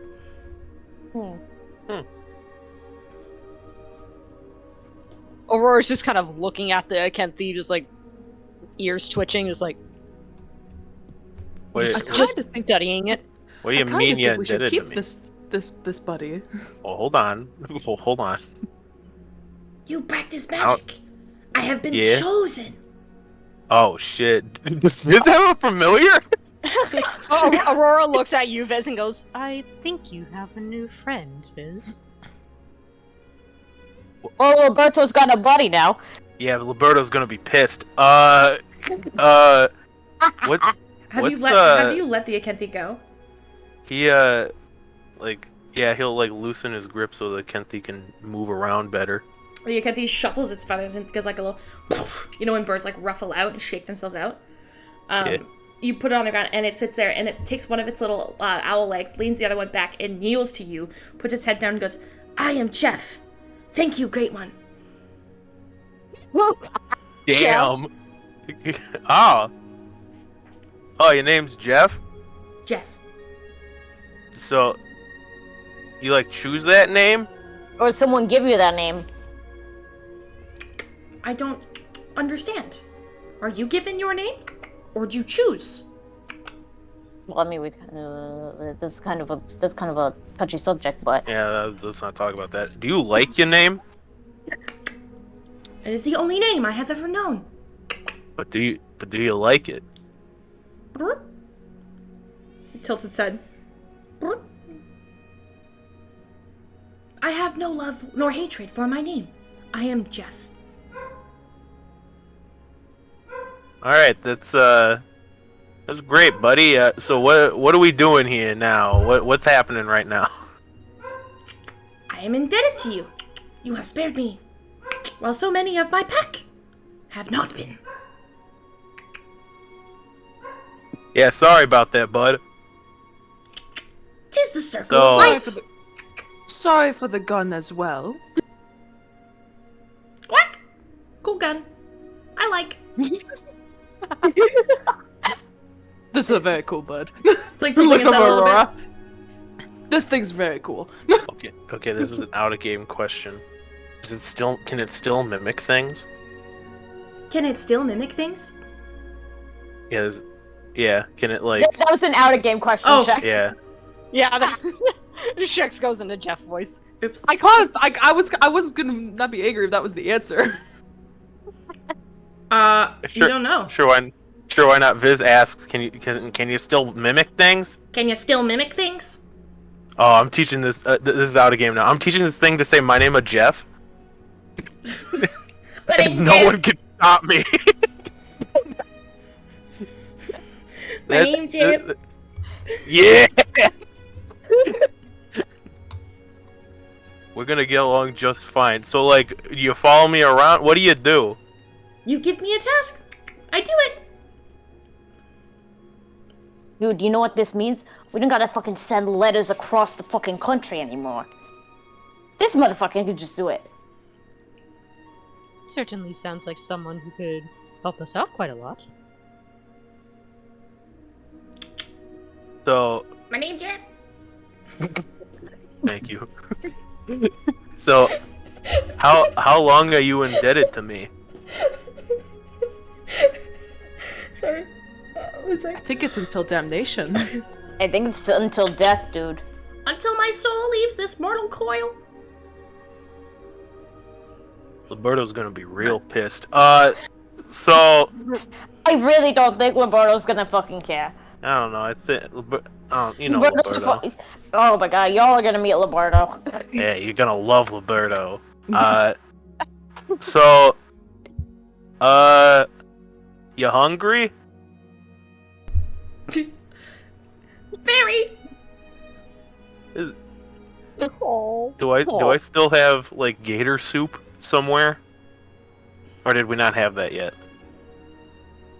I think No, if you announced it, that's kind of what caused this whole thing. Yeah.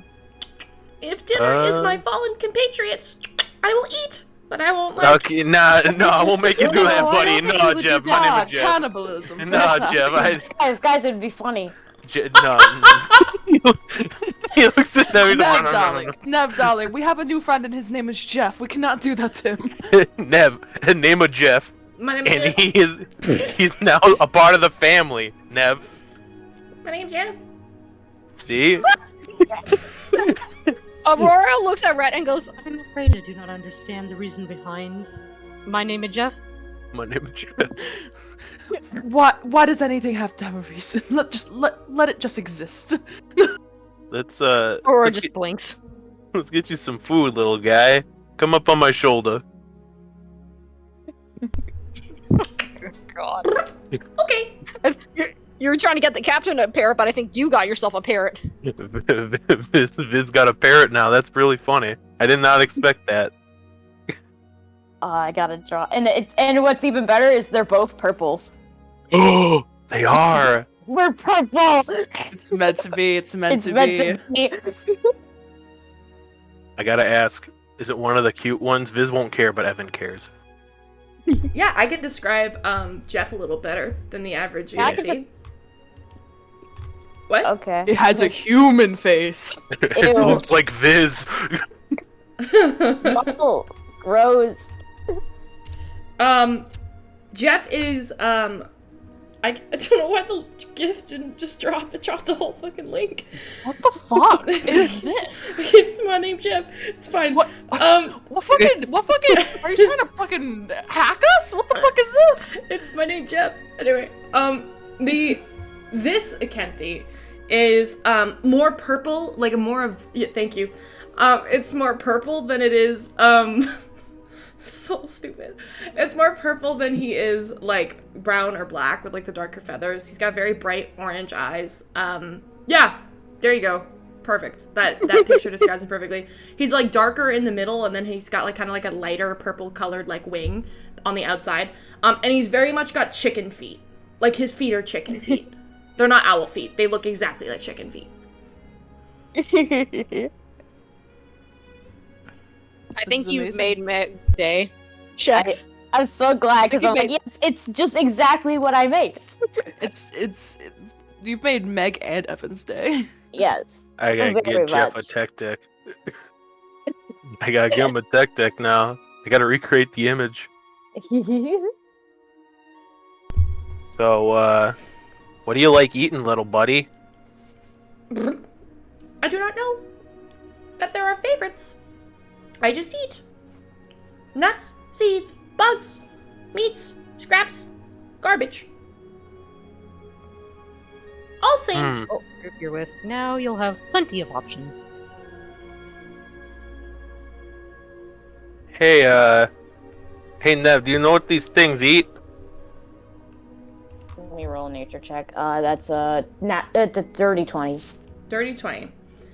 Yeah, they're scavengers. They eat what they can get their hands on. So you gather that Jeff probably wasn't joking when he said he wouldn't like it, but he would eat his companions. That's Nev says, "Oh, these things. Oh, they're like vacuums. They'll eat fucking anything." Let's give you some gator soup. See how you feel about that. Oh, why does it smell like moldy sandwich down here? Give me a minute. Give me a minute. Nev is completely. Saphira's trying to fan it out with her wings. Gross! Nev's Gross!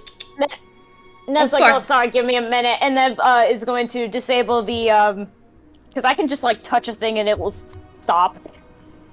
Oh, fuck. Saphir and Jeff sound the exact same. They do. Oh That's really funny. It's fine. We'll figure it out. The captain steps over and goes, "Hey there, bud. You keeping that thing on board?" It's indebted to me, so I guess, yeah. It's kinda have to. what, bud? What did you just say? I don't know. It told his name of Jeff, and Jeff told me that he is indebted to he. Jeff, What are you? Pronouns. I am Jeff. Well, okay. The bird goes by Jeff and Jeffrey pronouns. Yes. Jeff told me that Jeff is indebted to me, and then Jeff's gonna follow me till Jeff's soul leaves this mortal coil or something. The captain just kind of looks at you really hard and goes, "Yeah, okay, sure there, bud. Just keep it out of trouble, because the second it starts, we're gonna have to deal with it, okay?" Oh yeah, don't worry. I'll make sure this little fella's good. Ginny looks out from behind where she's stormed off originally, and looks over at you and goes, "You're keeping it?" I don't know if I have a choice in the matter. They seem like quite intelligent creatures. Yes, and They're Jeff birds. They're not friendly. intelligent creatures. Jeff, say the thing. Jeff looks up at Ginny. "My name's Jeff." Yeah, see? Very intelligent. Mmm. Indeed. It was smart enough to get you a necklace. Yeah, that's real cream of the crop. Bridget. Aurora looks at Rat like very confused. One of them tried to steal the necklace. Ah, I can understand the distaste for them. Well, the one that stole your necklace is probably dead now, so it doesn't matter. Potato, tomato. It's not, but you know. It's Kuna fine. Matata. Ginny kind of huffs and crosses her arms, looking less than pleased about the matter. But Bridget kind of looks over and goes, "Really, Bridget, it's just an Ikenthi. They don't do anything bad or anything wrong, and if they say they're loyal to you, unfortunately, they're a lot like cats in that way. Aloof enough to follow you around, but smart enough to know who brings the food." She goes, "I still don't like it. Look how creepy that thing is." She kind of looks at it. Jeff blinks its big yellow eyes. "My name's Jeff." No, it's one eye looks away and then the other one blinks. He's Like, scrooching looks its inside chin. it. He's just like, he's like, oh. It's like one of those like blinks. It's like one of those blinks where one eye blinks before the other. Yeah. One eye blinks before the other, and you scratch under its chin and you see its little foot just start to go and start to like Oh my god, tap on the I ground. love Jeff so much. Yeah, your name is Jeff, isn't it? "My name is Jeff." Nev's like, believe me, I've seen some much creepier looking motherfuckers than this guy. Whatever, just keep it out of my way. Would you rather have had the goose be your pet? I think it's a good compromise. We could drop you off here if you want to go tame Goose, Red. No, I'm saying, would the goose have been better? I would pay money to see you tame that goose. Aurora snorts when she says that. It's like, oh, that's a mental image I would love to see. No, thank you. No, thank you, darlings. Right. I talk people, not animals. Oh, excuse me, I have other things to do that don't involve, cooing over a weird-looking bird. Clean up the feathers, y'all. I'll get the ones in the captain's quarter. She turns and begins to walk away. Aurora looks at, is Bridget still there? She's there. You get the sense she's gonna probably Okay. turn and start walking. She kind of looks at you. Aurora goes, she really doesn't like birds, does she? No. There are certain things Ginny doesn't like, and when she doesn't like them, she doesn't like them. Just be smart about keeping Jeff out of the way. Do not want to cross her sword. What, she got a thing against birds or something? How about we not have this discussion here? Let's move. Perhaps, yes. No, I'm very curious. Oh dear. It's less birds and more things with feathers. Ah. I don't like the noise. I don't like the realization it sounds like you just made. Oh, Can I make an insight check even though I'm bad at them? Sure. Or it's like, that sound you just made is quite concerning. 3. Almost like her eureka sound. You have no idea. Lots of things have feathers. Yeah, no, Nev is like nodding and like, like, you know, like looking like she is in Head deep... empty, no thoughts, but nodding. Yeah, her head is absolutely empty. Her head in reality is She's got like, that's got, like, fucking the weird. big shiny eyes. Yeah, no, Nev's like, in reality, in Nev's head, she's like, I don't really fucking care, but I want people to think I do. Fair enough. Anyway. Bridget turns and begins to walk away.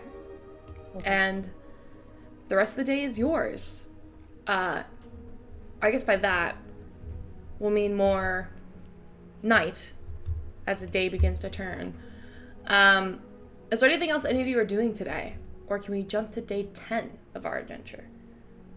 Yes, we can go to day 10. Day 10. Did we do- Cecilia, are you going to use magical healing at all, or are you just going to rest up?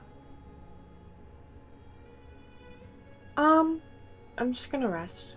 Okay. Sounds good. That headache is still really strong. And you get the sense it's not going away for a little while. Until the near future, you do have disadvantage on intelligence checks. Wait, I thought she had a broken nose. No, I thought I had... That's right. My bad. Excuse Like, me, damn. I was a little aware to my certain lore before something happened, but it's fine. That being said, Do we want to continue, or do we want to like kind of take a technical difficulty break since Chaotic is unable to join right now. Chaotic's unable to join. I haven't been paying attention. Sorry. They haven't been able to hear in the chat at all, so now they're rebooting their computer. Okay, we'll just reboot. We'll go to some technical difficulties. Wait for... Holy fuck, that word's hard to say. We're gonna jump to technical difficulties. We'll be back in a second.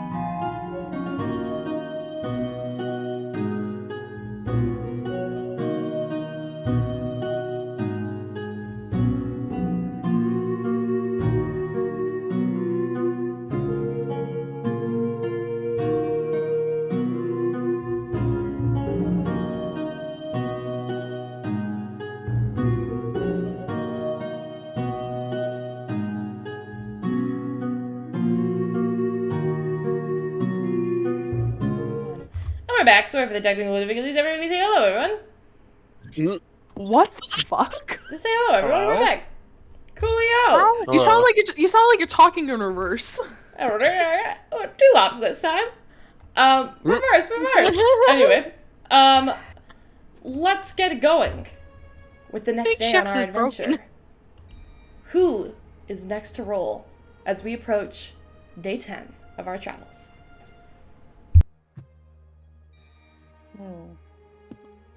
Who rolled last time? I think it was me. Someone who Meg hasn't rolled rolled twice, the- volunteer. I don't care who it is. Who hasn't rolled twice yet? I think the problem is we've forgotten who hasn't rolled Yeah. twice. I don't think technically I have rolled twice. I don't Roll. think I did. Oh, okay. Wild if you get a nat 1. Get a nat 1. Okay. Please, I don't like this pressure. Nat 1.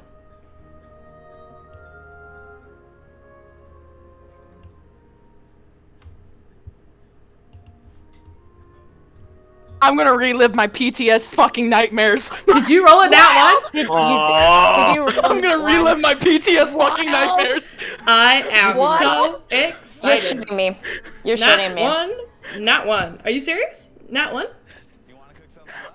And it was on my good dice. Don't joke with me, Wild. Don't lie to me. It's not. It's not a lie. Wild. You fucked us. You Wild, I fucked can't us. believe you've done this. I can't believe you fucker.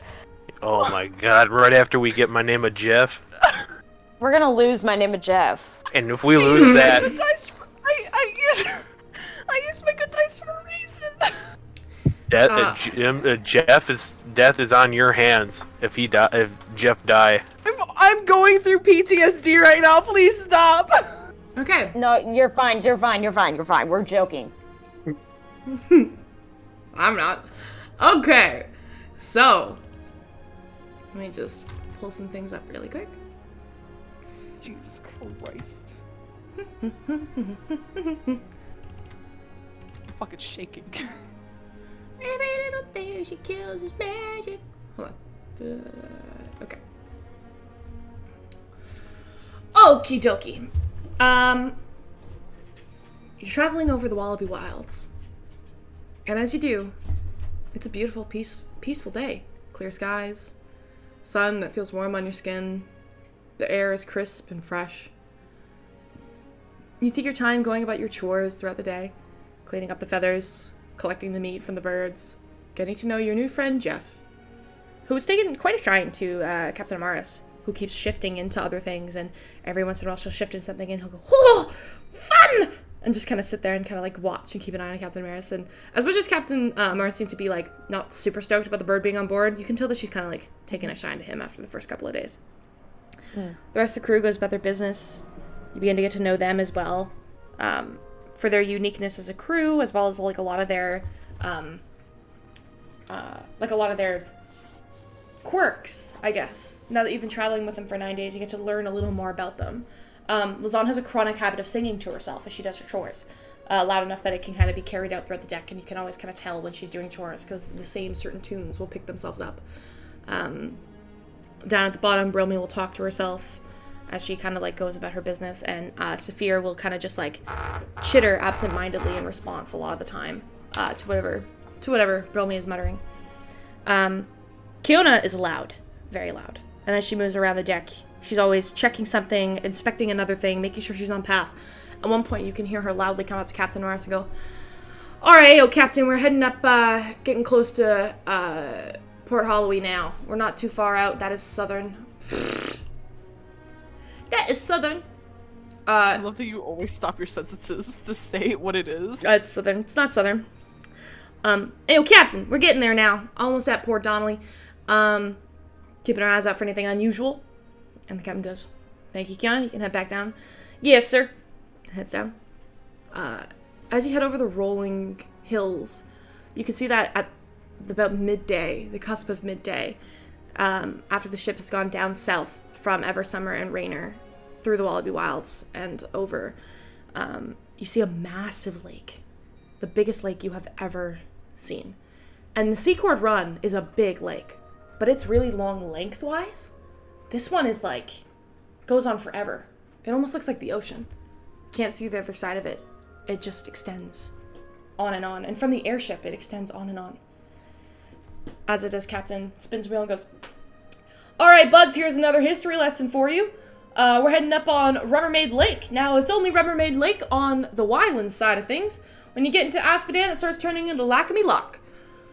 Keep an eye out for Cambridge. We're heading up there soon, and then we should be heading through Mount Vesivon before dawn tomorrow morning."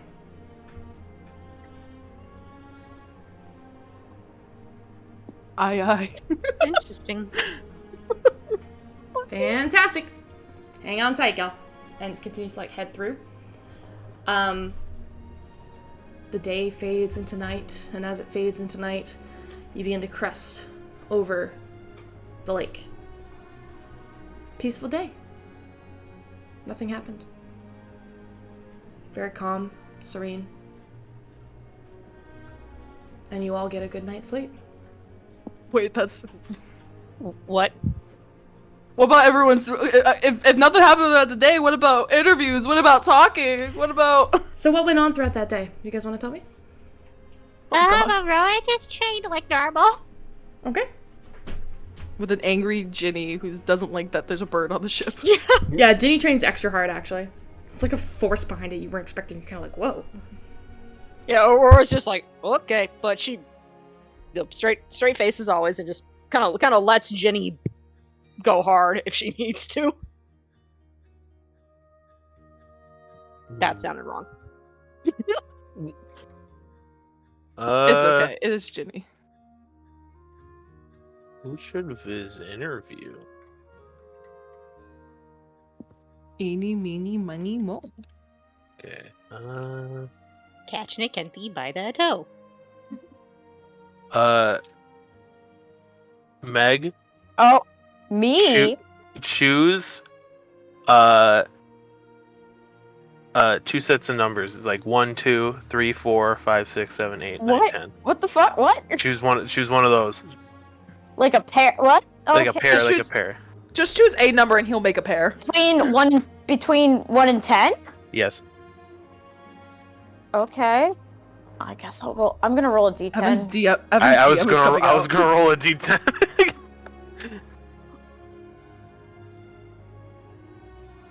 I'll do 9, 10. Okay.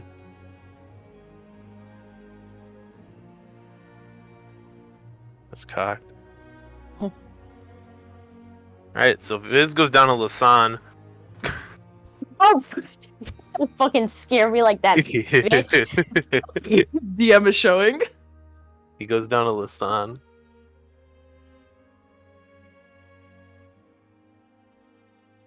You find Lazan at the top of the deck, swabbing it, not too far from the captain, always within eye's reach. Hello, Viz. How are you doing? I'm doing pretty good. How about you? Not too bad. Just going about chores as usual. Can I help you with something? Yeah. I was I am a news reporter, investigative journalist for the Golden Herald, and I don't know. I think your captain, you and the rest of the crew would make a good little story for a lot of people to know about. Oh, that's very kind of you. We're always looking for adventure, but never thought we'd really be the written about type. Let me put my broom down. And woman is massive, okay? She, like, puts the broom down and you can boom, boom. Like, she speaks very softly, but everything is very, like, intense because she just has so much force behind everything she does. Okay. Okay, what do you need from me? Just tell me about yourself. Oh, okay. Well, I grew up in Silverborn, and, my parents ran a tavern, and, I used to bounce there. And I got into a little bit of trouble, bounced out the wrong people, and, my parents thought it would be good for me to, like, get out of town for a little bit. And so I went to see if I could get some work at an airship port, and that's where I met Captain Amaris. And Captain Mars thought I'd be good muscle on board, and I got on the ship and I never got off. How long have you been on here? Oh, man. 3.5 years? Oh, wow. Yeah. I'm sure it's probably safe for me to go back, but I kind of like it up here. It's peaceful. That was gonna be my follow-up question. What makes you stay kinda on the ship stuff? The Ruby Valkyrie feels like family. You know, I have Kiona for any time that I need to think. I have Saphira for any time I need to eat. And I have Bromi for any time I need to think logically. And the captain has a really good head on her shoulders, and she's there when I need to have some fun. And it's just adventure. How many people get to say they actually live a life of adventure? And the pay's not bad. I'm hoping I can send some of it back every time we do enough jobs here and there so that my parents can retire. Maybe sell the tavern and do something with the rest of life that they want to do. Because I know I'll always have the Ruby Valkyrie here. Does that make sense? Yeah, that makes sense. Cool. Got any stories that you think would capture Rita's attention? Oh man, where to start? There are so many. Well, there was this one time. And you can just genuinely thinking, I probably shouldn't say anything illegal, right? I can fluff it up to make it not as illegal. Okay. There was this one time we got a job as, you could say it's ship muscle. We were meant to seem a lot more threatening than we were. Just a protection job, nothing serious. Usually we smuggle or scavenge or do whatever it is that people want us to do with a skyship. But in this case, it was just to fly over somewhere and look intense, intimidating. Captain Amaris had this whole idea that, you know, we could change our clothes to look darker and more intimidating, and that's how we got the name Ruby Valkyrie. We hung off the side of the ship, and I screamed as loud as I could, and I can lower my voice when I want to, and I can make it seem a lot more... Here, I gotta do something like this. Ah! And she, like, screams as loud as she can, and it echoes, and it's like something straight out of the Hulk. Like, it's the most vicious roar you've ever heard. She goes, yeah, so I just did some of that, and they roughed up my face to make me look a little more scarred than I was, and the problem was when they started climbing the ship and actually started trying to fight us. That wasn't as fun. I got a couple... She kind of shows her arms where she's got, like, several scars. But I just hit them really hard with the handle of my broom. They fell off, and that was that. So, kind of how we got the name Ruby Valkyrie. You know, red, warrior woman. Yeah.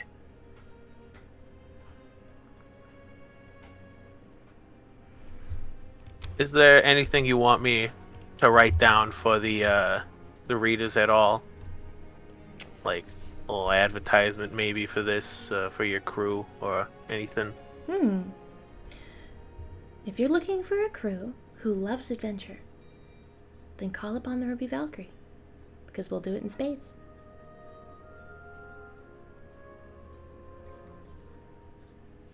Well, thank you, Lazan. Anytime. Yeah. And then Viz will get up, and then he's like, "Do you need any help?" Me? Yeah, I noticed most of the time you're kind of by yourself doing some of this stuff. By all means. If you want to grab a broom, I'd love another hand at swabbing the deck. And then Viz will help. As you swab the deck, you learn that Lazan's actually really sweet. There's a lot of really nice characteristics of her. She has a lot of good stories, and she keeps you really entertained, and it doesn't feel like you're doing chores at all. Because she's just whistling herself, having a good time. She'll talk to you as though you're still there and included, not like you're somebody helping her, but somebody sitting on a couch having a conversation. It's refreshing to be around somebody who loves their job.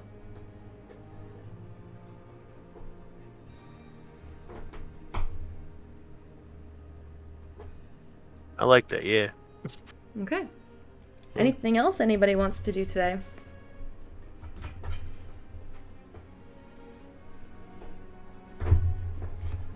I guess.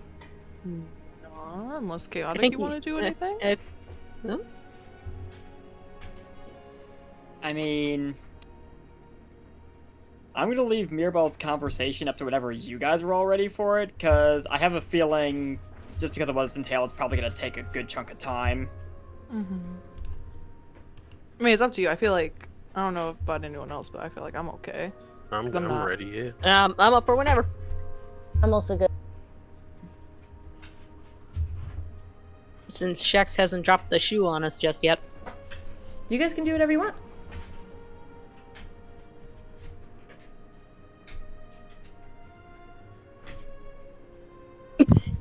Somebody do something. If someone Oh my doesn't speak, God. I'm gonna move to the next day. So Chaotic. somebody's gotta do something, or I'm gonna move to the next day. Are we not? Are we doing it? Are we not? You guys want to do it on this day? Or do you want to Chaotic! day? Chaotic. Chaotic! You gotta decide what you want to I do. think that's up to you.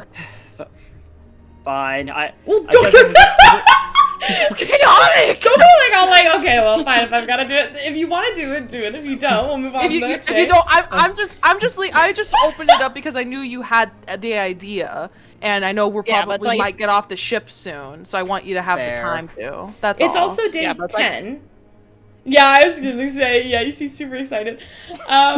There's like, yeah, if you want to do it, great. If not, we're gonna move to the next day. It's day 10. You guys still got a ways to go, so Yeah. How many days roughly do we have left? it's a 2-week journey. So you're only on day 10. Okay, so we've got roughly 4 or 5 days left. So, on that note, I guess, I would say it'd probably be something that happens maybe before we all kind of turn in for the night, just because everyone would kind of be gathered in the same spot, I would assume. Yeah, we all sleep in the same area. Mm-hmm.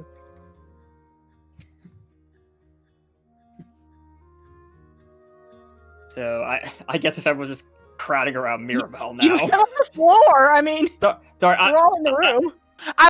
Would say that I would say if the scene would just be like mostly that's all going into bed if you wanted to make an announcement, like we're all just like doing our own thing, getting ready for slumber. Yeah, like Aurora's probably sitting at her bunk, just like polishing her glaive. You also all speak in your own room. Like, you guys, the party of adventurers, like, you guys stay in that front cabin, and everybody else kind of stays elsewhere. So you guys are alone in the cabin, and you're all getting ready for bed. So I guess at that, Mirabelle would just kind of clear her throat to get everyone's attention. Rhett like glances over.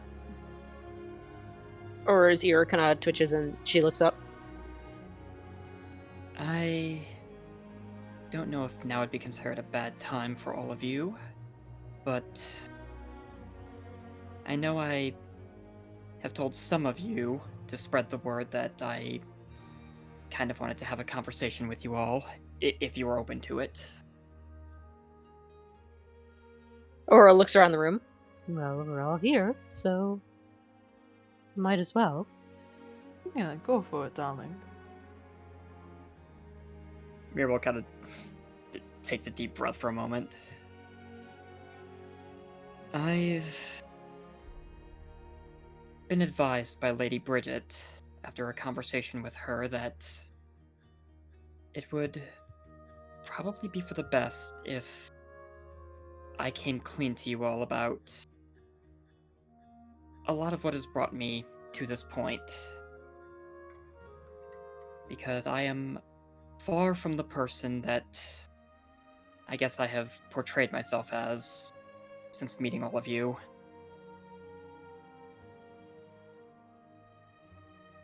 The honest assassin?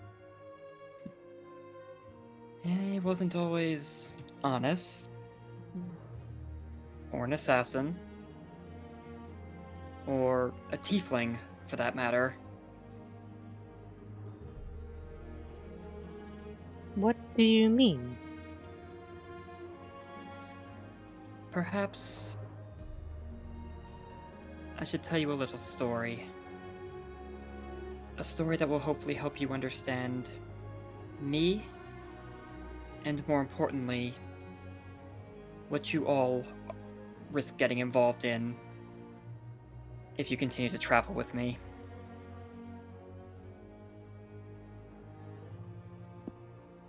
I didn't exactly have what you would call a special life when I was first born. Just living with... Sorry, Shex is posting in the fucking game. I'm sorry, my whole screen just blue screen. I got really scared it crashed. Minecraft just opened. Sorry, keep going. And now a Minecraft map that Shex built for a while for this very moment. I'm sorry, I just ruined it. I just got so scared. No. Go ahead. No The worries. entire scene turns into Minecraft. Anyway, it was just me, my mom and dad, barely making ends meet, barely struggling to keep a roof over our heads in our little apartment. My mom was a hardworking woman, tried her best. Kind of resented my father for the longest time, though, because he just seemed just like a drunk, a gambling addict. If only I knew then what I knew now. There came a day when I was 7, I want to say, when my apartment got broken into. Door was kicked open, and that was the first time I met the woman known as Severine Allery, Queenpin of the Allery Syndicate. Turns out, my father owed her money, and she decided that his debt was due. I watched my mother and father die that day, right before my very eyes. My dad actually had to beg her to spare me, traded his life for mine.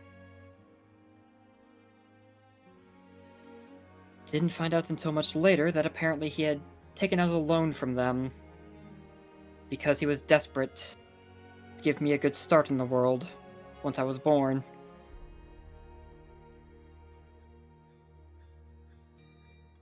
I ended up on the streets after that, and eventually got taken in by a man who went by the alias of Sickle.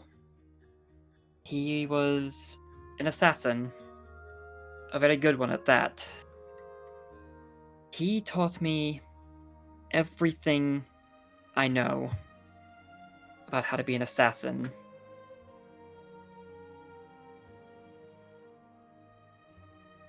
Several years as I learned the craft, accompanied him on jobs.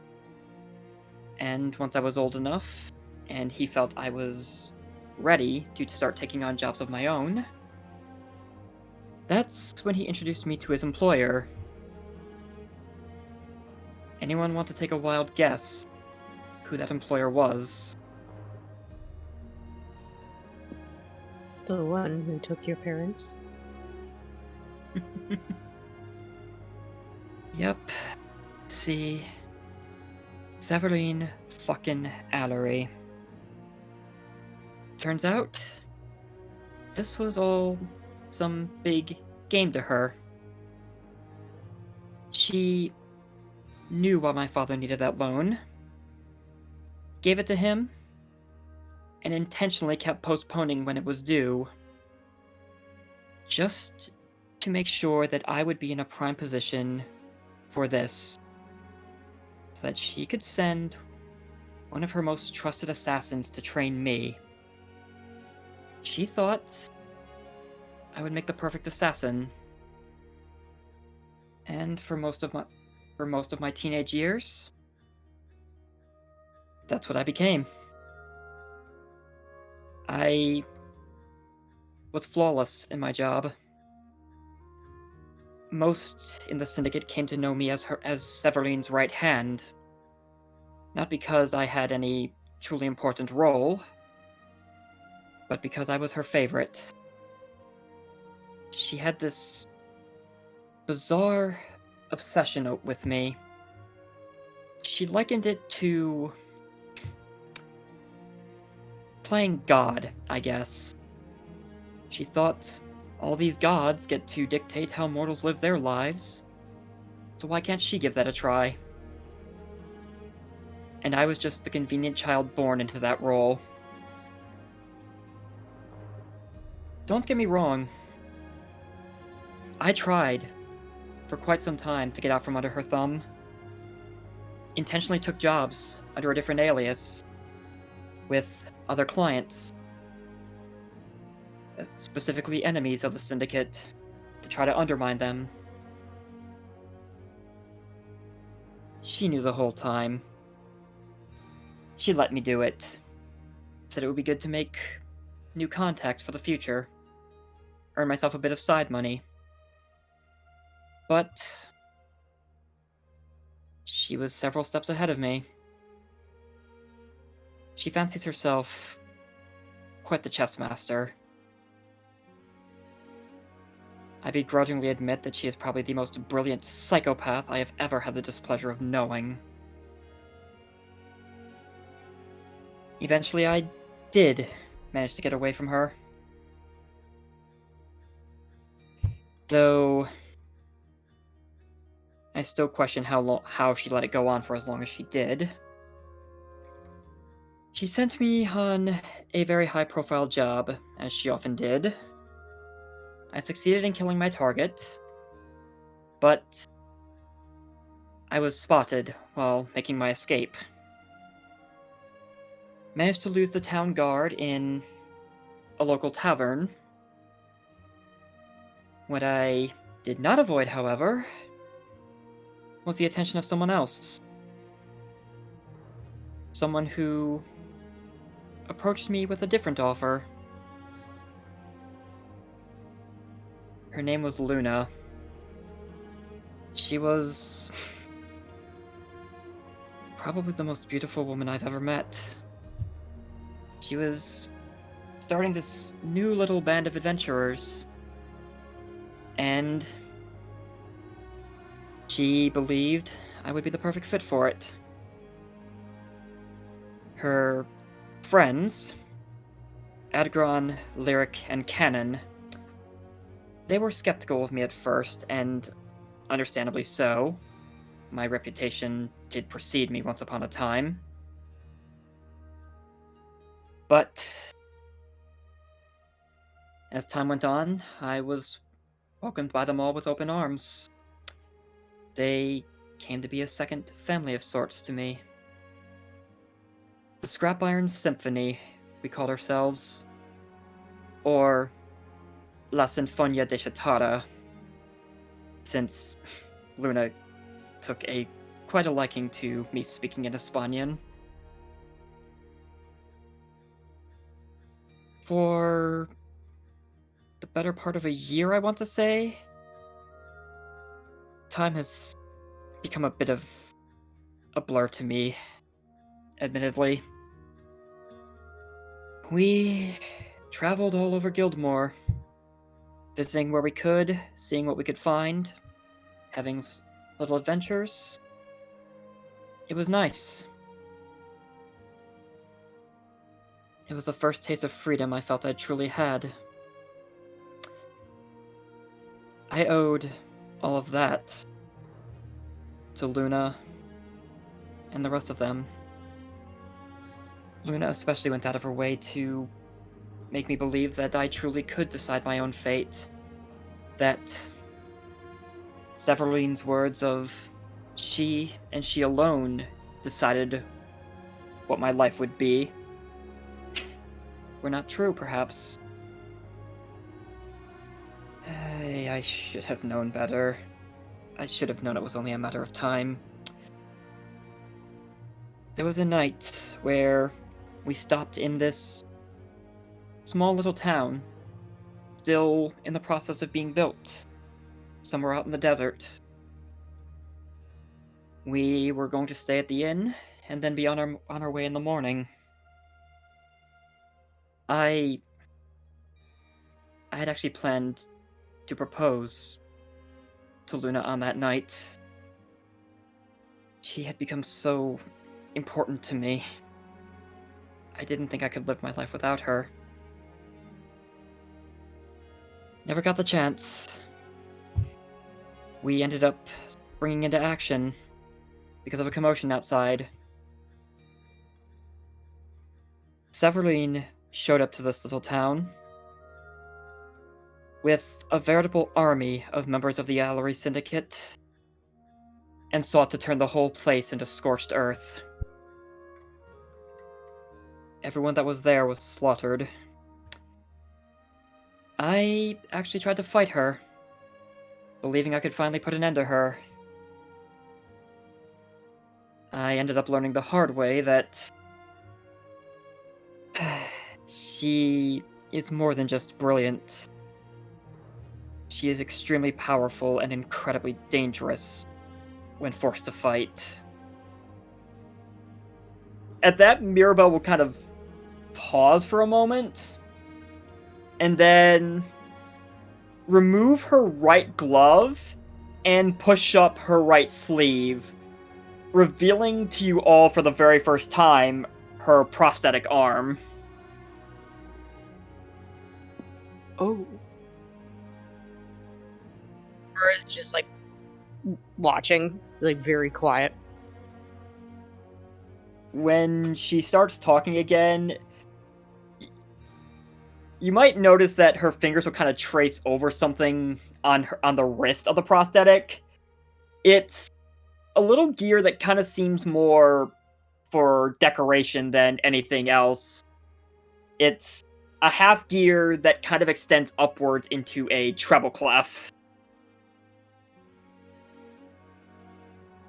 She disarmed me, both in the weapon sense and then in the literal sense, as you can probably tell. She then proceeded to cut down Luna when she came to my aid, and made me watch as the rest of our little group was swarmed, outnumbered, cut down before my very eyes. Do you want to know why she did that?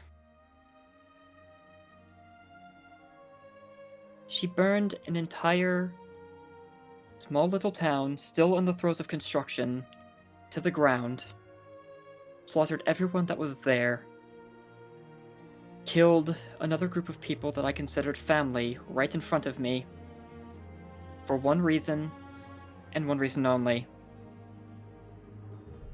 to prove a point. To prove that when she said she and she alone decided how my life would operate, she was not kidding. She then proceeded to leave me there. Sorry to interrupt. As Mirabelle is saying all this, Coraline has been, like side-eyeing the door. Like she's been like locked staring at it, not really making any sudden movements. And she's not trying to hide it. This is clearly noticeable. She's trying to like make eye contact with someone, try to indicate like what's happening.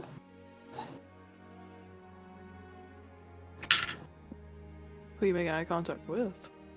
Like, I don't know who Choose your notices character. Coraline acting weird. So Mirabelle is telling this very intense story. Mirabelle, you're kind of like taken aback because Coraline like gets up, looks at the door, looks at all of you. Her eyes are wide. What do you do? Aurora is going. Okay, I think Aurora will, I guess, look at you.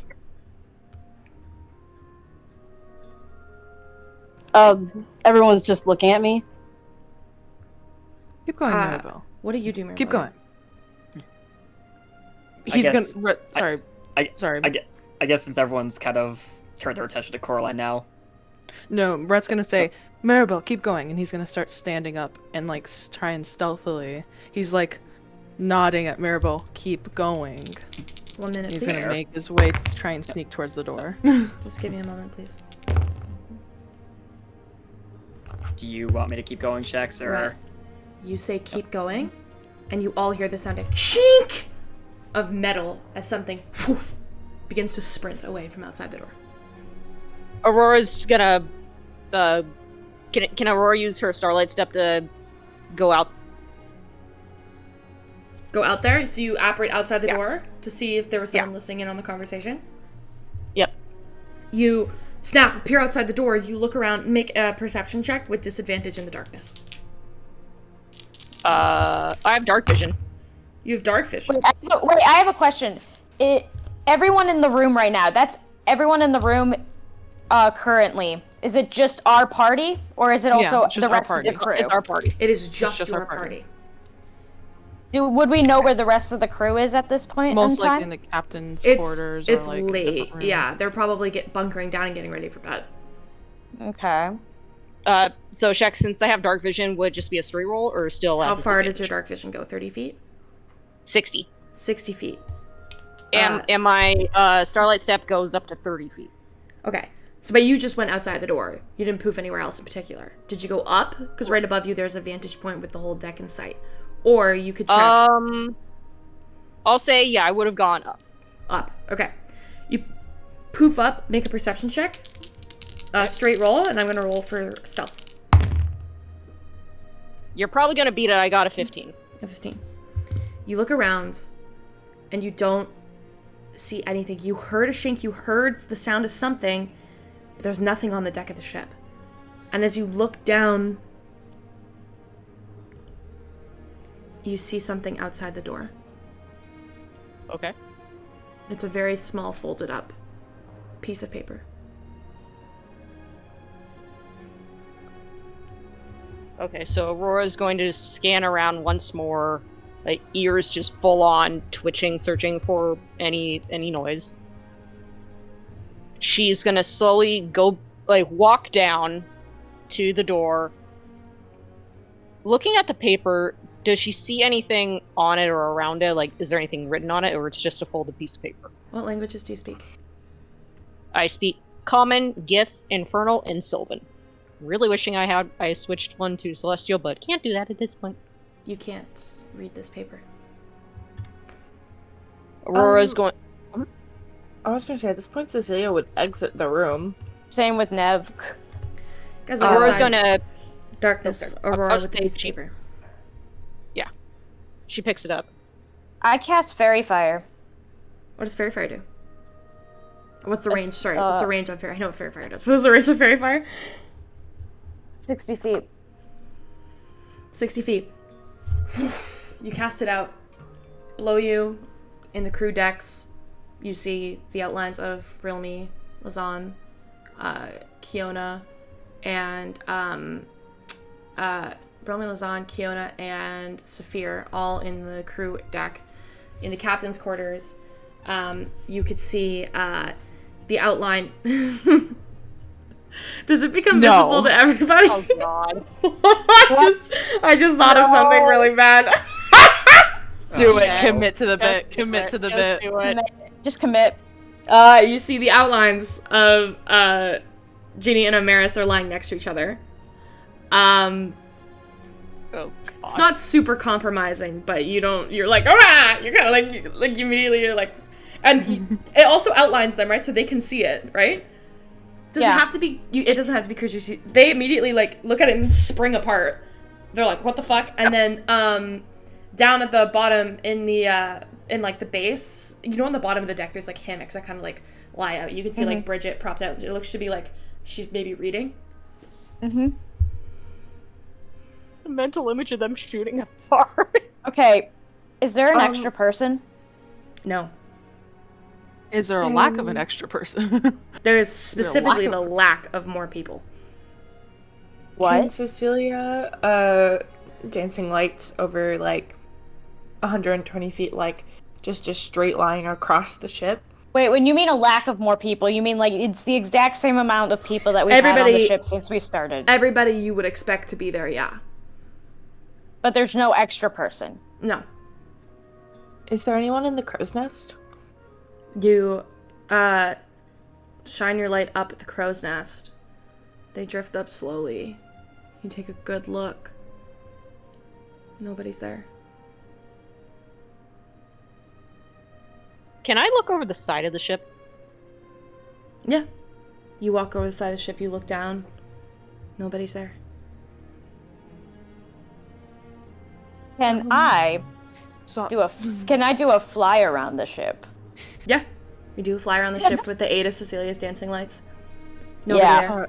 At this point, you are starting a bit of a commotion. Like, you hear a lot of footsteps, and the captain's quarters opens, and Ginny kind of steps out, and she goes, "Everything all right? What's going on out here?" Thought we had maybe a stowaway. What do you mean, stowaway? we were all chit-chatting, and something was listening to us at the door, it seems like. We heard They had a that. weapon. Unless one of y'all was being nosy. Darlin, I have no interest in whatever activities are going on in there when I have my own activities going on in here. And is there a way for us to, like, insight check the crew? While you do that, Insight, can Rhett look for anything on the ground, maybe scuffs or something, to, like, kind of give a direction? Sure, you can look for scuffs. Who are you insight checking, Cecilia? You're walking down to the crew, like the actual crew of the Ruby Valkyrie, and you're like, "Who is up here?" kind of thing? Not just, like, who was up here, but, like, did they see or hear anything weird? Sure, who are you asking? I'll ask Brilmy. Sure, Bromy looks at you. No, we're all just getting ready for bed. Is there a reason we have to stay up? Kiana was just about to take the helm. Was there anyone on deck? No, not that we know of. Did anybody notice anything? And the whole crew kind of just shake their head. Who was, at the helm when we walked up? Well, I was about to go up there, figuring things out for the night, grabbing my maps and stuff. It can autopilot for up to 10 minutes or so, and then you gotta handle it, so that's what I was just about to go do. I didn't want to interrupt, but I rolled a 19. Is it investigation? Yeah, investigation. No, investigation, that's a 19 plus 5. 19 plus 5. It's distinctly, scuff, like you can see scuffs, and it looks to be scuffs of just standard wear leather boots, because you can see where the leather kind of would like rub. You can see like this little bit, and you can definitely see a point where they turned really quickly and left this thin line across the wood, like leather shaving across wood very quickly. Usually it wouldn't pull too much sound, but it's not the kind of scuff that a trained assassin would have done. This is the kind of scuff of a person being like, "Fuck, I got caught!" You know? Aurora... sorry. I was just gonna ask, like, the line, like the scuff, does it give me a sort of direction to go off of? It's tough because it's one scuff and it goes like east, which means it could have been anybody downstairs, anybody on the main floor, and anybody on the east side of the upper deck.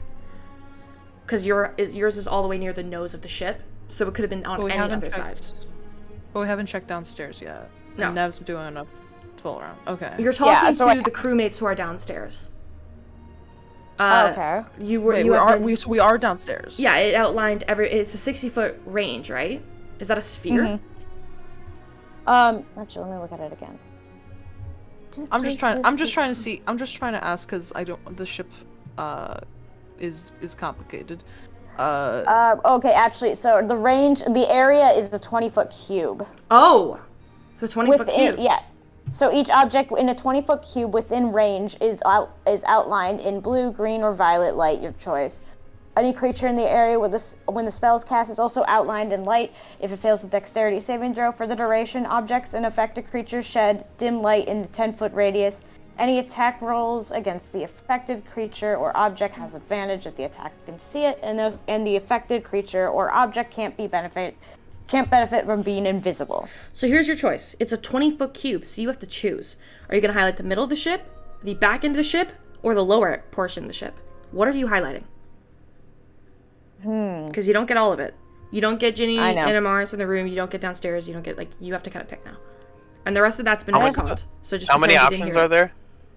The main portion of the ship, the lower portion of the deck, like the second floor of the deck, not including the kitchen, second floor of the deck including the kitchen, captain's quarters. Can you go over them one more time? So sorry. Main deck with the stairs, captain's quarters, crew deck, and crew cabin, or kitchen. I guess crew deck or a crow's nest. Cabin.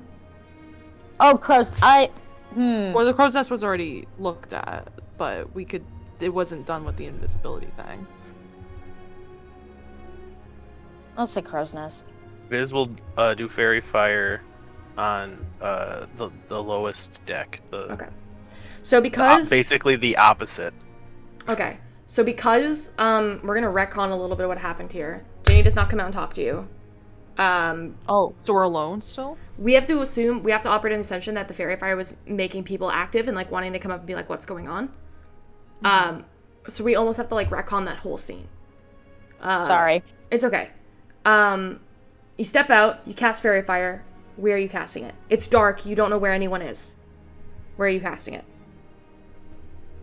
I cast it at the crow's nest. You cast it at the crow's nest. Nothing lights up. You're still in darkness. Viz, you step out and you cast it below. You see the outline of the crew. The 4 members of the crew, Brilmy, Kiona, Saphir, and Lazan in the crew. You do not see Bridget, you do not see Ginny, you do not see Amaris. I'll say Aurora, upon like seeing that everyone else has come out of the room, she goes, "There was this waiting for us. Unfortunately, it's in a language I cannot read." She kind of looks at Cecilia and Rhett, kind of like, since they're the ones who, in her mind, she thinks they're the ones who probably know the most languages. He's gonna raise up his hand. He's gonna raise up his hands, darling. If you can't read it, I definitely can't. I can give it a go. She hands it to Cecilia. What languages do you speak?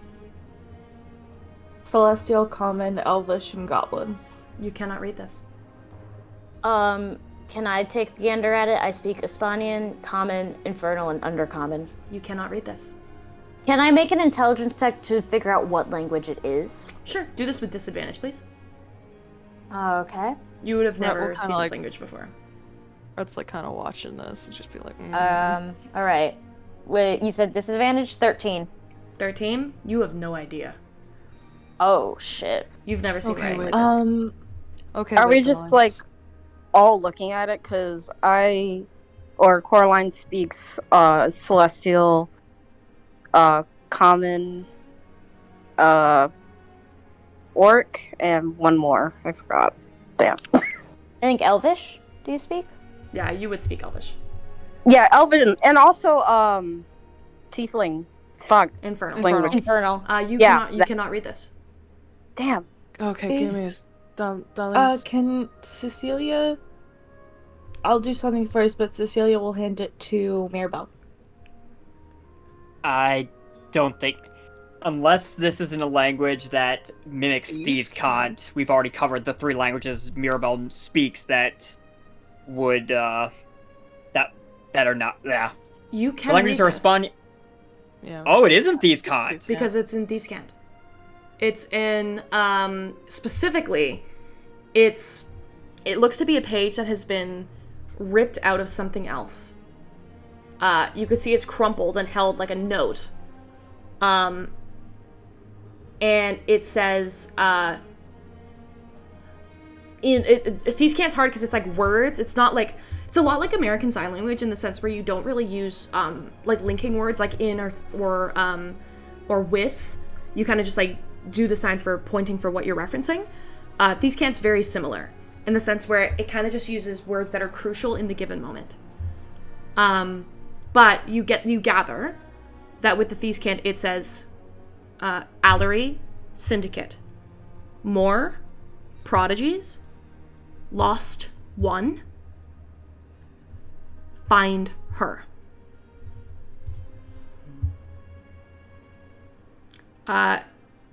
It's also been really crumpled, and there is something else at the bottom. It's slightly scratched out and not assembled.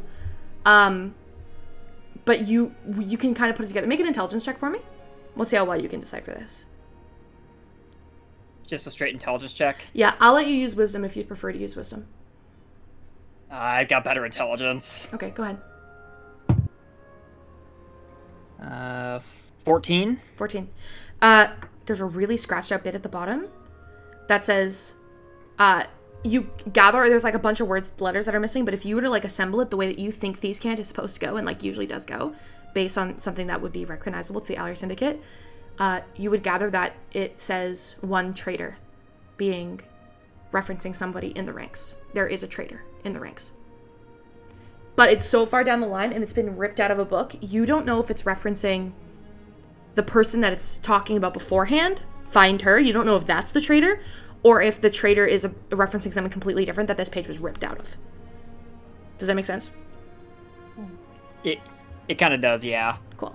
And I should say, whoever rolled that investigation check to find it first, or was looking at it originally, this is 100% something that was ripped out of something else and stolen from something. Because the original sender of this message would not have ripped it in such a way and carried around. It doesn't make any logical sense. You guys can put together that this was carried from somebody else, and whoever was standing here dropped it.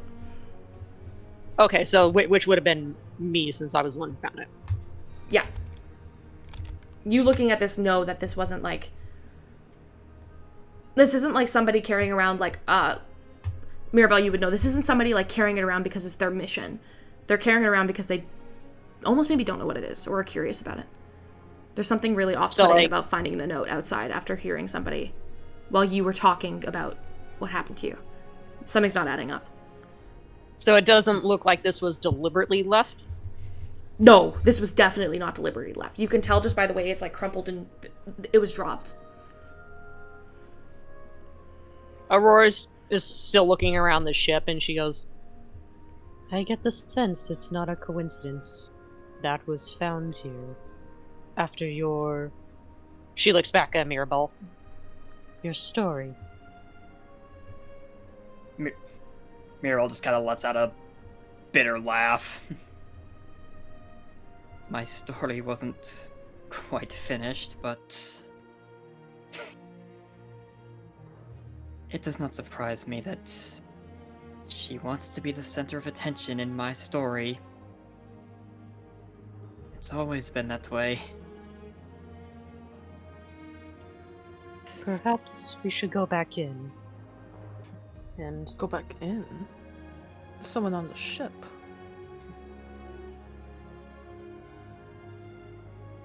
Someone who's possibly connected to this. Someone who is a stowaway.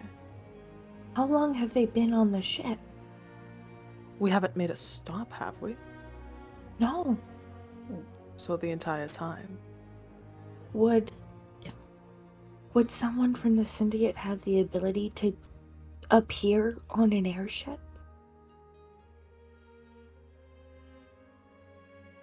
I would imagine I'm not sure we're far up. They weren't disguised as a member of the crew that is currently unaccounted for. They would have had to have stown away and known in advance this was the ship we were taking. We need to make a round around the ship. In pairs. Mm-hmm. agreed.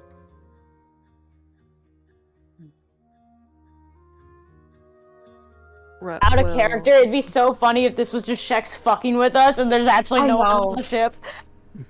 I know. I know. trust her. I have my plans. I have my reasons. Rhett will... Well, there's not too much to go off, right? Because we already did the crow's nest and we already did the bottom of the ship. So, actually, do we just need 2 teams for, like, the main deck and kind of captain's quarters and then the second level? The storage. Yeah, it And the wouldn't storage, hurt so there's 3. to still do 2 groups of 2 kind of thing. Yeah. Mm-hmm. I was trying to see like, are we just doing 2 groups, like, you know, and that means more people in those sets, Yeah. but Should we wake up the rest of the crew and I- ask them questions? It's up to I you think guys. Do you want to do a round of the ship first and you pairing up? Out of character, I'd say round of the ship first. round of ship Yeah. first. Okay. It has since been about 10-ish minutes of you guys looking at this paper and like deciphering it, like looking around and fairy fire and stuff since it happened. So it's been 10 minutes. But you pair up, you begin to look around. Let's do a group investigation check. What I need is I got a nat fucking 20. Jesus Christ. Okay, Jesus. for a total That's of 27. Okay, I got so a dirty 27. 20. So I need everybody to tell me their investigation check, and I'm just gonna add it together. Can Cecilia also have casted Detect Magic? Who else just got a fucking nat 20? Oh, Yeah. So that's a total of 23. Okay. I got an 11 on investigation. 11, Cecilia. Can I have casted Detect Magic? Yes or no? Detect magic doesn't just hover around you though. You have to cast it on something particular, don't you? No, I think it's just it like I cast it on myself, Oh, and then you can look and around. Yeah. then it's like a 30-foot sphere that I can see.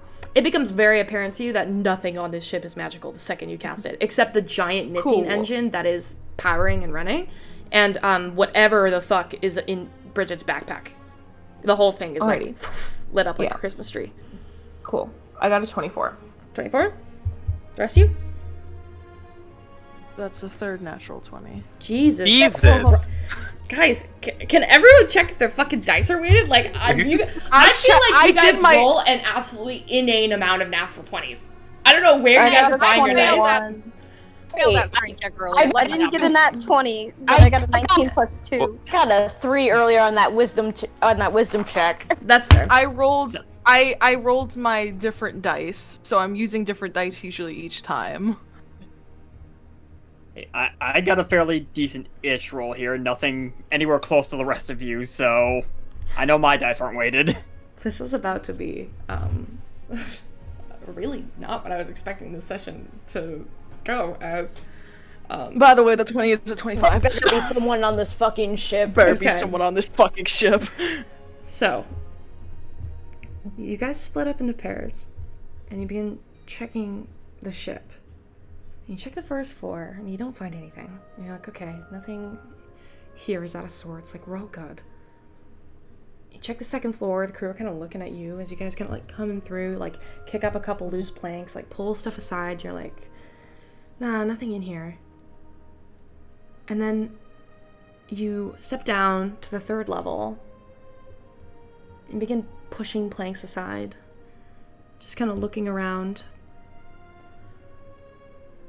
And Nev, Rhett, and Aurora, you guys see right under, like in the section of crates that are piled up and like sealed together of like goods that have been collected that belong to the Ruby Valkyrie. You notice, because some of you have been down here to clean up and stuff, one of the crates has been like slightly pushed. Just slightly ajar. And it's Like, not in its as if usual it's been spot. opened? No, as if it's been pushed. Just push. Pushed aside. Aurora, I guess, like, kind of nods towards the crate, and she's had her glaive with her the whole time, so she's. Oh yeah, no, has Neb's aiming her gun at the crate.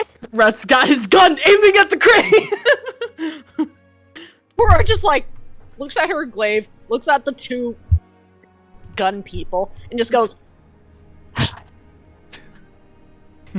Just like, So who's gonna move the crate?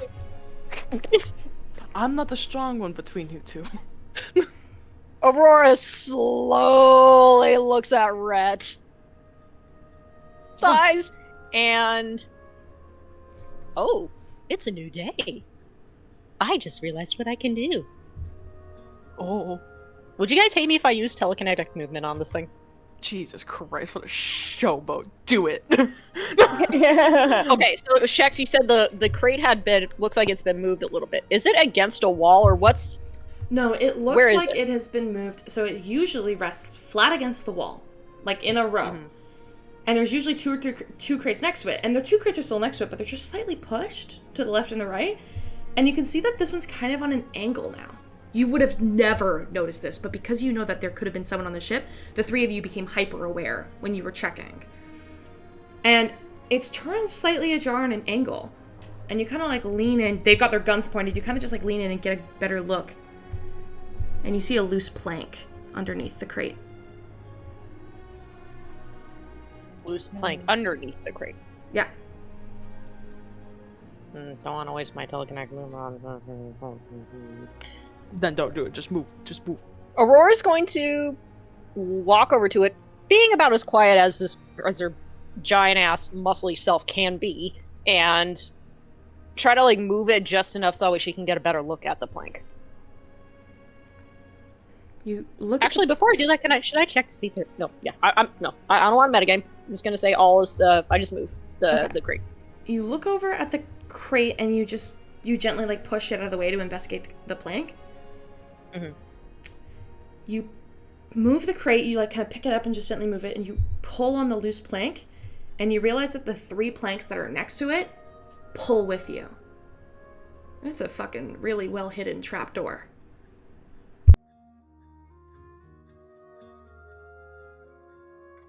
Is it a door that like opens like a outward latch. or inward? It pulls up.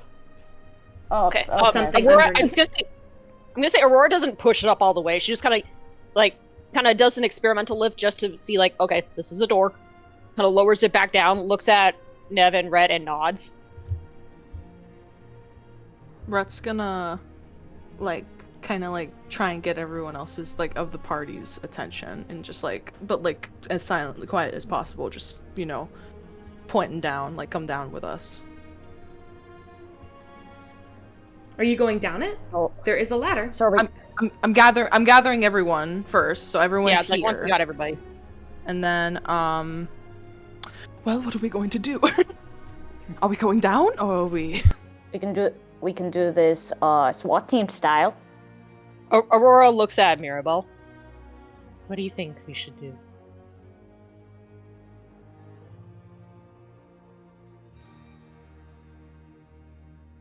Considering how high up in the air we are, I don't think there's any other way off the ship if they're underneath that door. Let's see if there's any response to us opening it first. Then we go inside and see where our little mouse is hiding. I Or think we should just barge in there and give them a good time. We don't know what they've set up, darling. It's a Exactly. syndicate we're talking about. Perhaps we should just do as Mirabelle recommended. Yeah, fair. You can Aurora like gives Nev kind of like a wry look and goes like, you can go first if you want, but I don't think any of us want to trigger any traps. Why don't? Viz is gonna pull out Whistle Tone, Oh. and he's gonna cast invisibility on Mirabelle. Right? Can he do that? Yeah, and on Mirabelle. Okay. Okay. Oh, this is about to get interesting. Okay. So what do you guys do? Mirabelle, you turn invisible. Sorry, quickly. Cecilia's casting Mage Armor on herself. Okay. Fair. I'd say Rhett would either do it himself or advise Aurora to, if we're doing the opening of the door, to just see, and you know, Maribel does whatever, to like open it like in a way where you're not like right over the hole. You know what I mean? Like open it sideways so that you're away from like direct from the line of immediate- fire. Yeah. Yeah. Aurora nods and she maneuvers herself to, I guess, wherever checks she can open the door, but not be like right in the line of sight. Okay. You open the door? Yep. You open the door. It opens like a latch. And then you look down into darkness. there's some kind of little room in here. You see a bedroll, some linens. There's a little crate that's been like hastily put apart. It's dark, but you have dark vision. You can see. And like the remnants of like food that's been stolen from the kitchen. A plate that wouldn't go missing. Some apples. And a little crack where you can see out the window. There's kind of moonlight coming in. Otherwise, it's pitch dark. I can't make out any shape of anyone. You can't, no. Cecilia will just kind of bring out the dancing lights and look at the others. If Cecilia's bringing out the dancing lights, Nev's like, well, I guess we're not staying hidden anymore. And then we can always... I just like, it was like waiting for permission to have them go inside that room. Aurora. Just wait, Nev is looking at everyone like, should I walk down? Should I walk down? I really want to walk down. Aurora looks at Cecilia. Mirabelle is the one who's invisible. I don't know. I don't think there's anything down here, everybody. Let's just go back up to our rooms. Nev walks down the stairs and she says, "Oh," and she like aims her gun into the room and she's like, "All right, anyone down there? I'm gonna use your lungs as blades for my desk fan if you don't get your ass up here." What the? Aurora sighs defeatedly, just like, oh, gods. Should I just close this and leave her in there? Is there anyone in this room? You don't see anyone. It's a pretty small space. Even with the dancing lights? Yeah, with the dancing lights, you don't see anyone. Investigation check. Sure, roll an investigation check. Investigation. Can I say that while Nev is bitch? What? 25. You thoroughly investigate this room, and there is no living, breathing human in here. Can I look everywhere? Can I say that while Nev's doing Nev stuff, can Aurora look around the room that they're in just to see if there's anything else out of place, or if there's if she can tell with three natural 20s, this is the only unusual thing. So so I definitely don't see like.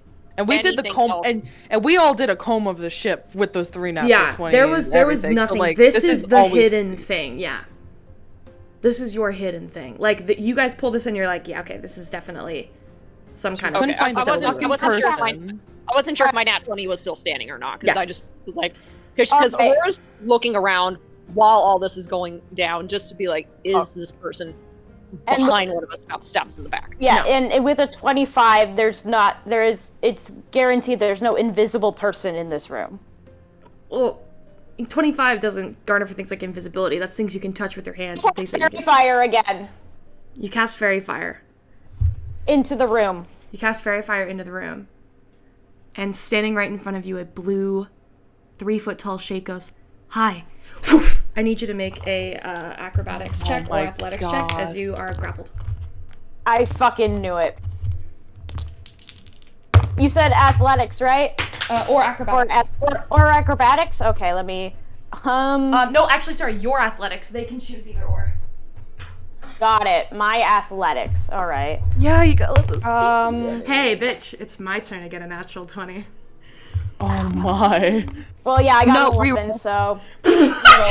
Okay. Reroll. Okay. Me or her? Her. Fuck you. Fairy Fire, I can see him. I can see them. You can see them. I will allow that. Okay. What's your roll? Mirabelle's just the invisible. Mirabelle needs to jump down there because she's invisible. But Meg's just too much of Fairy a Fire's gonna ruin it. at being a red button pusher. Yeah. I'm sorry. Look, we weren't gonna get it. If we were just gonna leave it, they wouldn't have fucking We weren't. Meg, the plan was Mirabelle goes in there. We act like we're leaving. Mirabelle's invisible. Oh. I love Dungeons and I Dragons. would have loved to know that was the plan. Here's the best thing now. We get to jump them. What is your... Oh, yeah? You think so? What is your grapple check?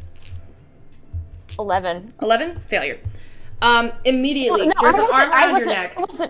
Oh, shit. And you are, the figure is outlined. What color are they outlined in? Probably green. Green. There's an outline of like a 3-foot tall figure. You see you can feel like leathers and like some metals against you. And in their hand, suddenly, whoof, you see this metal extension go chink chink shriek, and it pulls out the scimitar that immediately goes against your neck, like flat against the side of your neck. Another one is drawn and it digs into your stomach. In one movement, you get the sense they can go whoof, slit your neck and cut you in the middle. They're holding you there.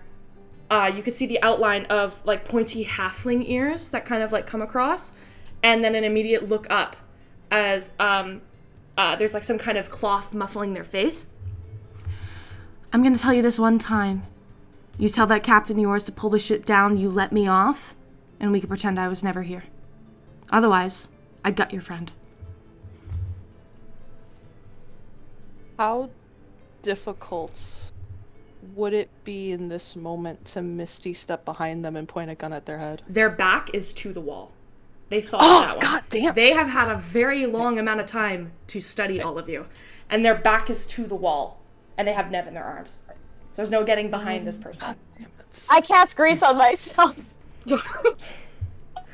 I don't think you can cast grease on yourself. I think it has to be on the floor, and also you're grappled, so you can't use somatic components right now. You sure I can't cast it on myself? We can't use somatic. You can't use somatic components. Your hands are God damn it! Oh! Okay, can Cecilia Tasha's mind whip?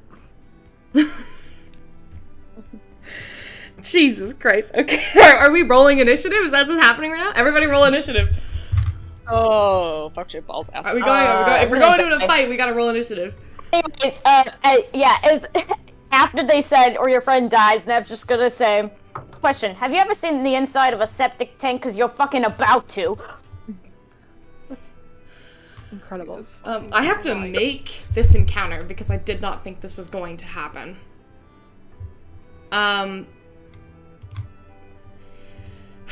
Just while Shelby does that, I hope everybody knows the reason I'm starting combat is because this spell slightly incapacitates somebody. No, that's completely fair. There's nothing else we can do because I'm not letting 3 natural 20s say that we're gonna tell the captain to pull over. We're killing this. They gave you a very easy out. I'm telling you right now. They gave you an easy out. It's up to you whether you take it. I don't want to waste 3 natural 20s and a plan to sneak down with an invisible tiefling. I'm not wasting this. I was about to say Mirabelle is still invisible. That's true. We've also got a healer. Guys, we're good. Okay. Go team red button pusher. Go team red button pusher. Hey, I'm sorry. I was like, if we didn't... I knew this motherfucker was down here. We needed to do something. There was gonna be something That done. one had to be something, guys, alright? Okay. I have a couple fun options in my head of what might happen here. Okay. I'm gonna roll their initiative first. Wonderful. Okay. Rat. Oh, okay. I didn't even roll yet. That was a 16. That's a dirty 20. Dirty 20.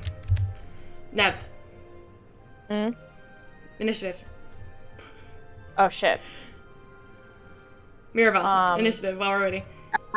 Okay, geez, fuck. 21. 21? Okay. Mirabelle? 23. 23. This is not what I expected to happen today. Coraline, this is just another day in the life with you guys. It's a 13. 13? To be fair, I was expecting to just do backstory reveal. That's it. Me too. Chaotic. I thought you guys were gonna... I knew Actually, Coraline wait, was no, gonna do 17. something, I but- forgot to add. Sorry. It's okay. Aurora? 18. 18. Cecilia, you got a 16, right? Yes. And Viz. Dirty 20. Dirty 20. Okay. Starting the initiative, the first person who is going to go is the invisible person. Cecilia, you kind of like make that motion to begin the mind whip, and you see the person kind of behind that cloth. They hiss, and they look at you, Nev, and they go, "Sorry, love, didn't want to have it be this way." And kicks their foot. As they do, the plank, like the wooden board on the outside of the ship where you can see the crack, goes flying out. And suddenly, you realize how they got in, as an open space appears in the side of the ship. Gripping you with the scimitar, Nev, she leans in and goes, "Let's hope you can fly," and falls.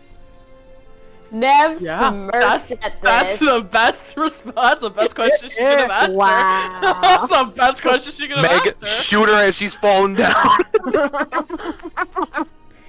Do we all just look not worried about this?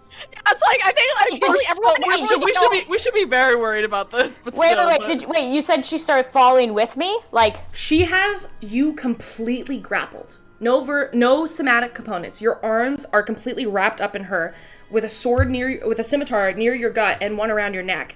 And with you in her arms, she falls back into the open air. And you both gotta break the begin grapple. to plummet. yeah. All right. Also, Featherfall. You don't think I've ever Featherfall? That's a reaction. That's a reaction. That's a reaction. Oh my That's what we God. call a reaction. Oh my You didn't god. think I brought Featherfall? Oh, you flying boat? don't have eyesight on them. What? What do you Because think? She had eyesight. She had Yeah. Goodness, there are dancing lights down there. Alright. A flame. okay, She had eyesight enough to do chromatic shift. she saw enough to do chromatic shift, but you're all peeking because you're all upstairs. So you're all peeking into the actual space. Like However, Pokemon style. Did we all say we were crowding? Okay, then I use my Okay. reaction to do Featherfall. Okay, fair. There we go. That I'll allow, because I'm gonna say with the vantage point Cecilia's at, the second they leave the site of and like go outside, you can't see them anymore. However, Nev, you can see them. Let me ask you a question: is Featherfall verbal and somatic components? Yeah. I know. It just says choose No, one reaction. Verbal when you- material. Verbal material. So material does require you to use your hands. What?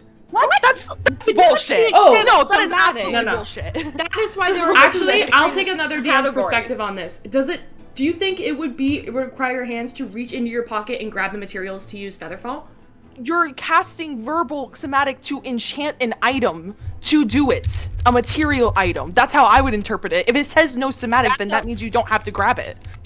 Yeah, that's how look at I'll say that's how I personally would interpret it as well. Verbal Because material. it's reaction.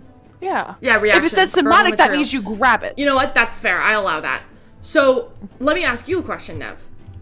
When are you going to be casting Featherfall? Are you going to be doing it immediately?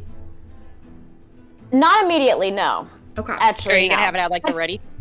I'm gonna have it at the ready, if need be, but I'm not gonna cast it just yet. Okay. You both begin.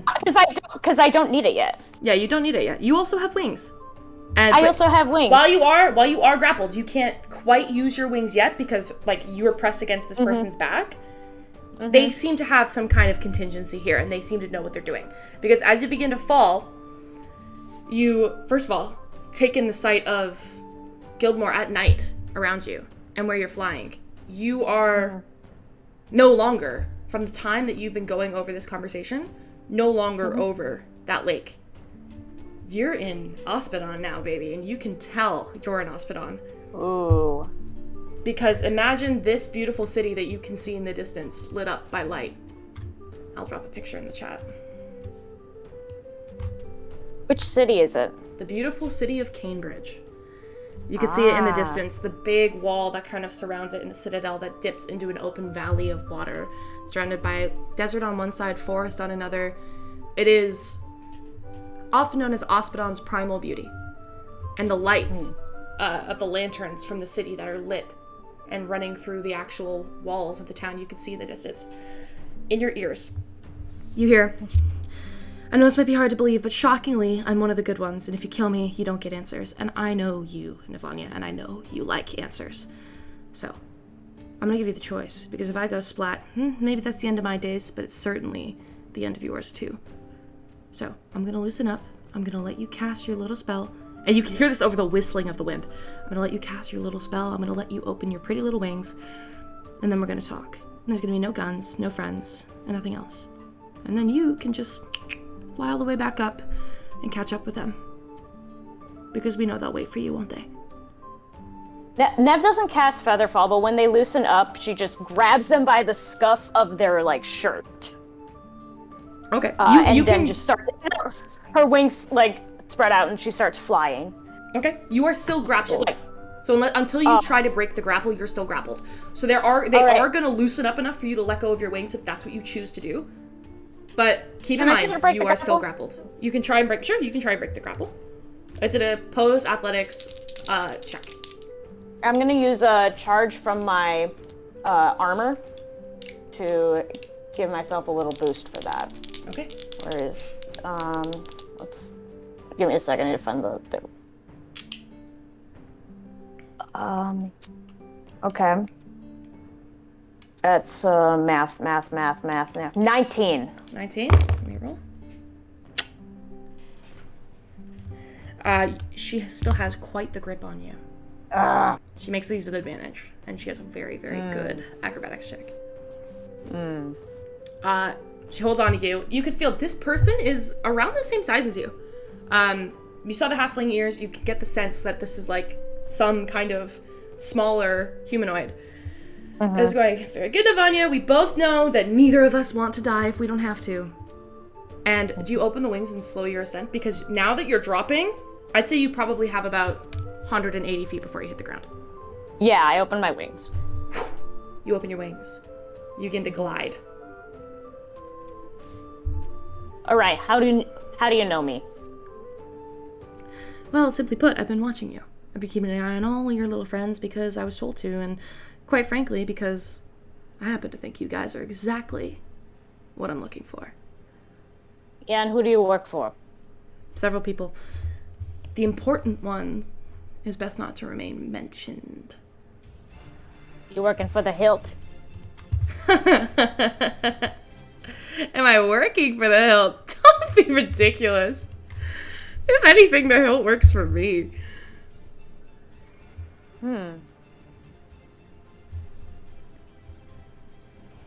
Sorry, I'm out of character. I'm trying to figure out what the fuck do I ask this person. Syndicate.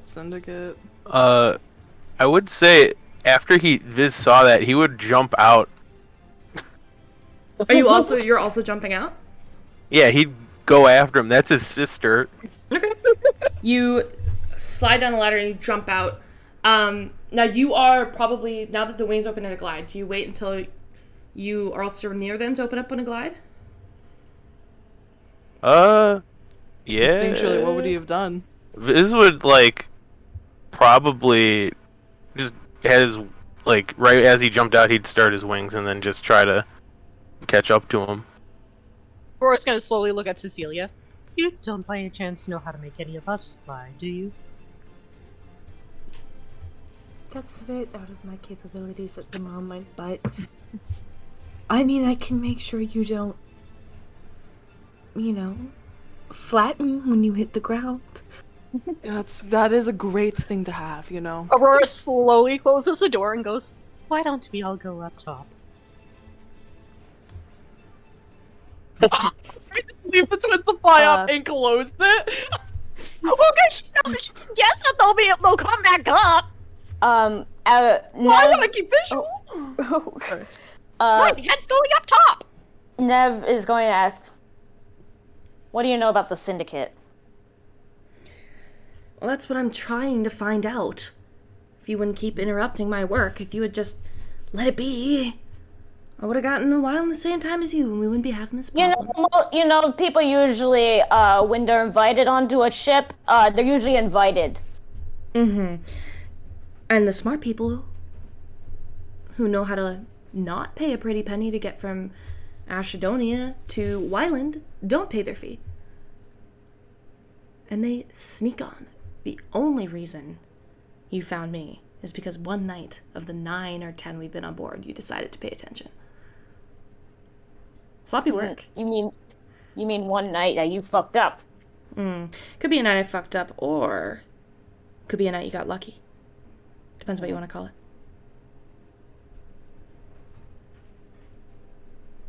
I prefer to be an optimist.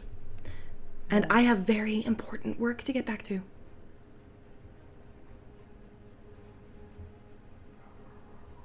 You at least have a name? Of course I do. Maribel knows it. Clothy, nice to meet you. Fucking knew it. This little. Fucking knew it was that girl. When you said you were close to having her like your favorite NPC, I fucking knew it. The second you said halfling, I was like, shit. Nev just says, well, I'll send my regards, but next time if you try to fuck around with us, I'll make your autopsy look more confusing than the FNAF lore. Not this canon! God, FNAF no! is canon, No! It is canon! It was all a trick! We got him, Meg! Jesus. Clothy kind of pulls you slightly on the shoulder, and you realize it's kind of been subconscious, like unconscious, but god damn it, this motherfucker has been steering you like a paper airplane through the air. Because she's turning you to lead to the outskirts of Cambridge. And you're flying now, you're almost like 60 feet above like the kind of like vague treetops, like you're getting really close to the bottom. And as you do, she kind of goes, ugh. Listen, we could make this easier, we could make it hard. The only point I'm trying to make is you should start being more aware of who your friends are and who your enemies are. Because when the sides get drawn, it's going to get real blurry, and if you don't know, you're going to end up dead. Hey, I've made it this far.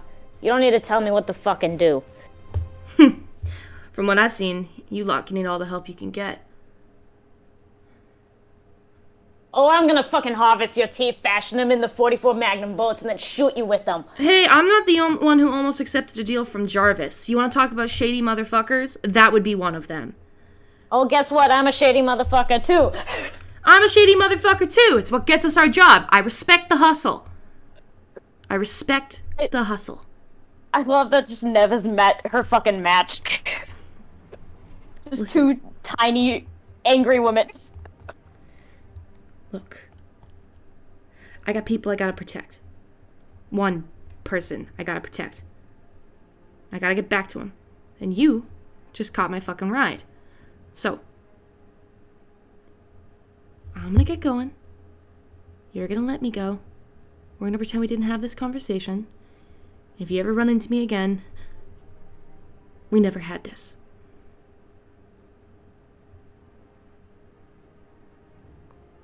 Nev just kind of gives, like, a affirming look.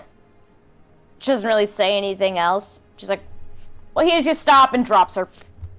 You're still grappled. Damn it. Can I ungrapple? Try to ungrapple, sure. Let's see. Wow. Natural 20 and a natural 19. What the fuck? It's my turn, man. I don't know what to tell you.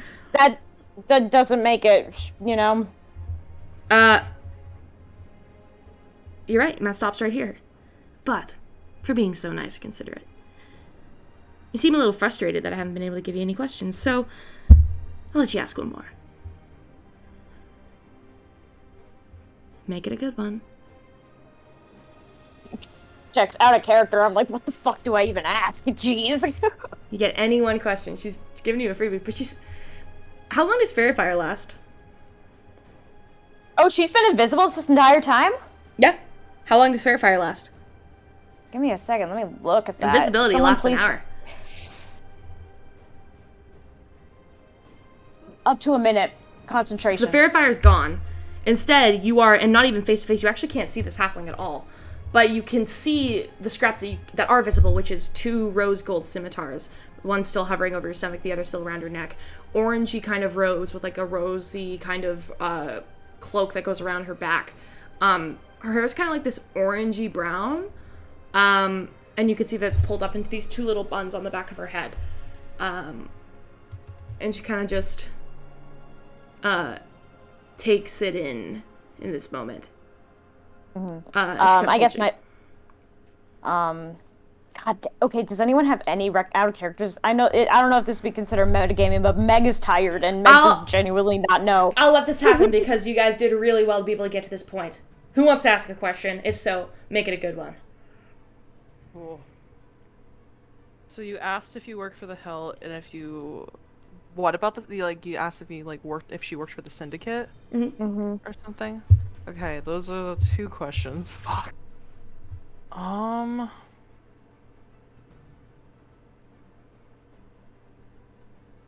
Fuck, I don't know, guys. What do you guys think? There's very little... I'm tempted to say something pertaining to Mirabelle specifically, considering Clothy was her contact for the ball and was just spying on Mirabelle as she told her story. I have an idea. Nev asks, can we trust Mirabelle? That came out very southern, out of character.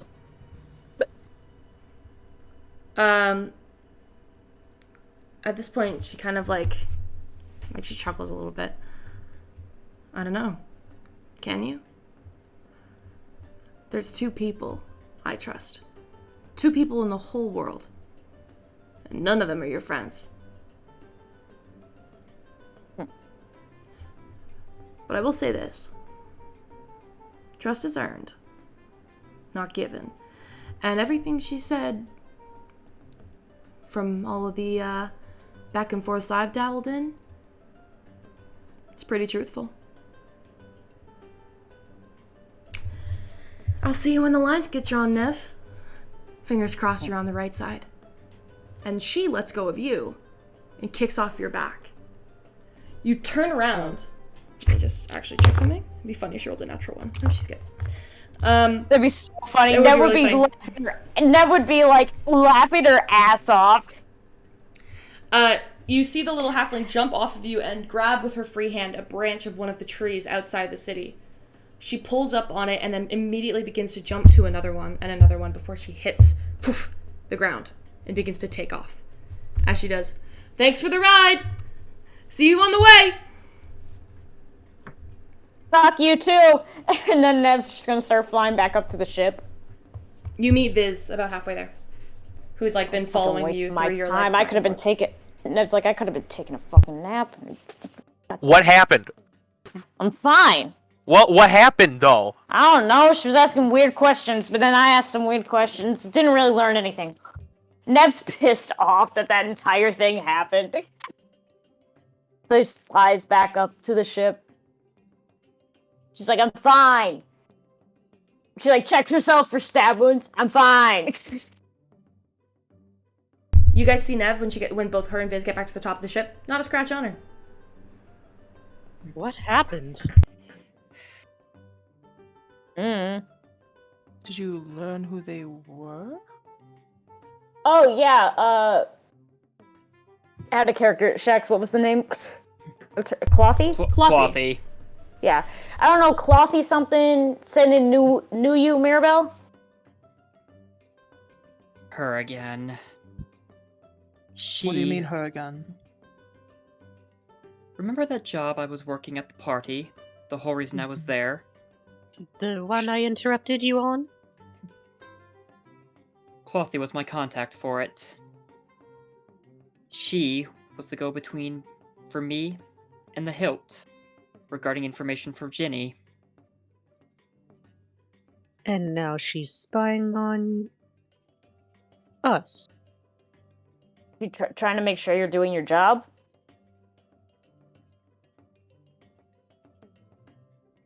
I think Mirabelle... Can I just assume that Mirabelle's invisibility that got cast on her ended at this point? Because I don't think it's needed anymore. If you want. Otherwise, we're just talking to an empty space.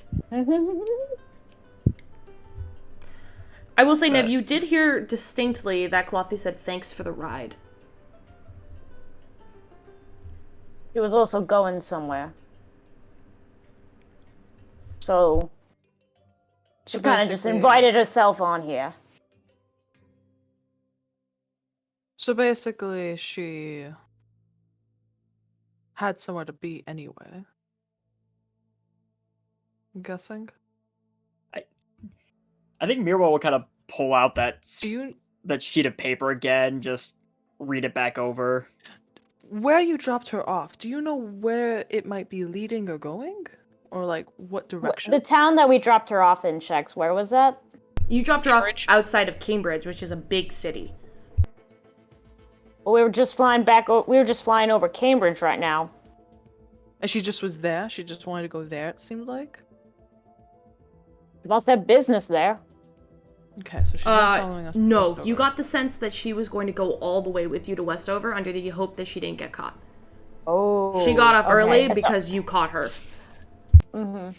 Well, I assumed she probably would have followed us all the way over to Westover.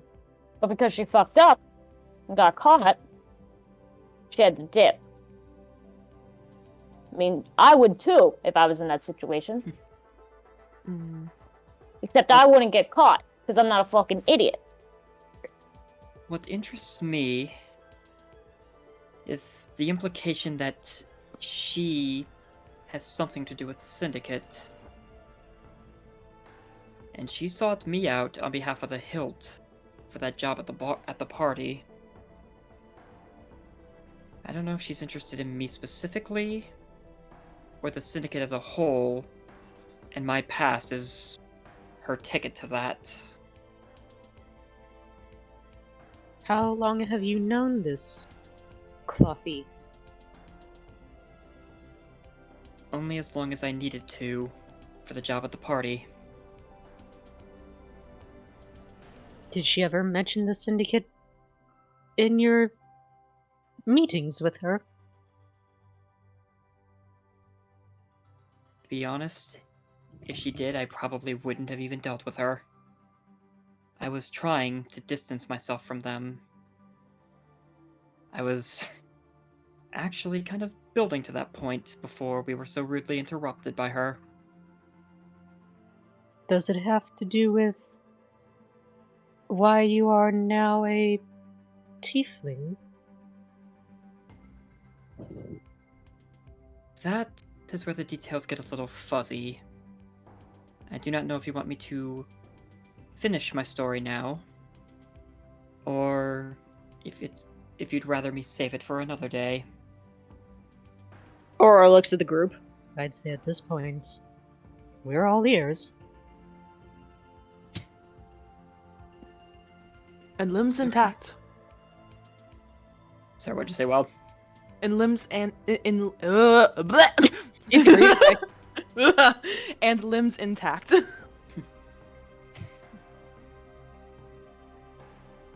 The reason I am a tiefling... Joy. I don't know if I explicitly mentioned this, but I was human up until that night I last crossed paths with Severine. The night she wiped an entire, still in the process of being built town and everyone in it off the face of the earth just to prove a point to me. She expected me to be back in her office a week later, at most, for a new job she had for me. I never made it to that point. I ended up seeing a cloaked figure wandering that battlefield afterwards. Far as I could remember, they were collecting the souls of everyone who had fallen. When they attempted to do that with Luna, something in me snapped. I don't know if it was anger, adrenaline. Something caused me to bring my broken, bloody body back to a stand, blade in hand, and I charged. And was cut down. This is where my conversation near the start of this journey with Lady Bridget has caused me to doubt some of the details I thought I knew about that whole experience. I had believed that the figure that cut me down might have been the same one who reincarnated me. But that might not be the case. Though I do know, at least I'm certain I know, that I was given a second chance at life, reincarnated into a tiefling. At that, I think Mirabelle, since her prosthetic has kind of been exposed this whole time, I guess she'll finally, with the excitement of everything worn off, turn it over to reveal that the back of the hand of her prosthetic has a symbol beveled into it. Leans. I was reincarnated, I believe, by the Gravekeeper. This second life is a test, as far as I have been told so far, to prove that I am capable of living a life that is worth living. That is the only details I've had to operate on. But I believe you, Rhett, told me that gods do not reincarnate someone without a very good reason for doing so. Generally, yes. I do not know what deeper reason there would be for me being reincarnated. Or if there is anything to do with the Syndicate that is the reason why. All I know is that I'm alive again. I'm a tiefling now. And after doing my best to try to rebuild myself in the wake of everything, I have ultimately found you guys. That said, I have been hesitant regarding the Syndicate because I know if Severine is aware that I am in fact still alive after all, that finding me and getting me back will be among her top priorities. I do not know why she has this weird fascination with playing God to my life, and just will not let that go. Honestly, if I were to hazard a guess about whatever the Syndicate's involvement in this whole Skinwalker situation is, I wouldn't put it past her to have a personal stake in it for the purpose of trying to bring me back from the dead. If I was in fact dead. But she would gladly reap whatever other benefits seem to come with that. That woman insists on becoming the most powerful figure in all of Gildmoor by any means necessary. She is certainly brilliant enough and underhanded enough to do it. And if she does learn I am alive, I will tell you right now that all of you, your lives are at risk. So I will leave the decision to all of you, after everything I have told you, in spite of Clothy's interruption. If you wish to sever ties with me, and part ways after the ship lands, I would not blame you. But if my path is destined to cross paths with Severine and her Syndicate once again, I accept that fate. And I do plan on bringing her down, whatever it takes. You know, I like your attitude a lot. Plus, this whole God bringing you back from the dead thing, yeah, it seems like a fucked up experiment and I don't like it. My life is at risk nearly every fucking day because of my own problems. So, I don't give a fuck.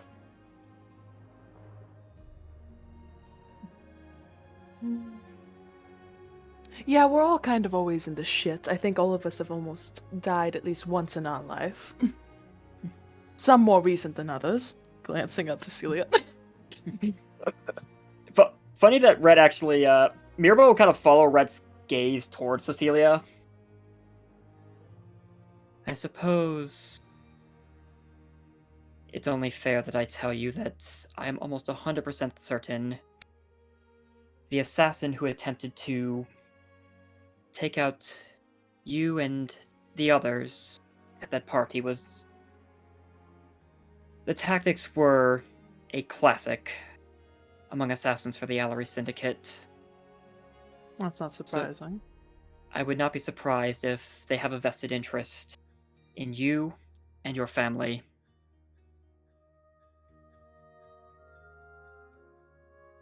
You're saying that towards Cecilia, right? Yeah. Well, we suspected as much, yes? Mm-hmm. Considering she will find any opening she can to exploit for more power, I would not put it past her to want some sort of in with that family, or a means to eliminate it and take control in the power vacuum. Either way, you have my word as someone who used to be one of them and wants them gone more than anything else, even if it's for the sake of my own freedom above all. They are getting to you over my dead body.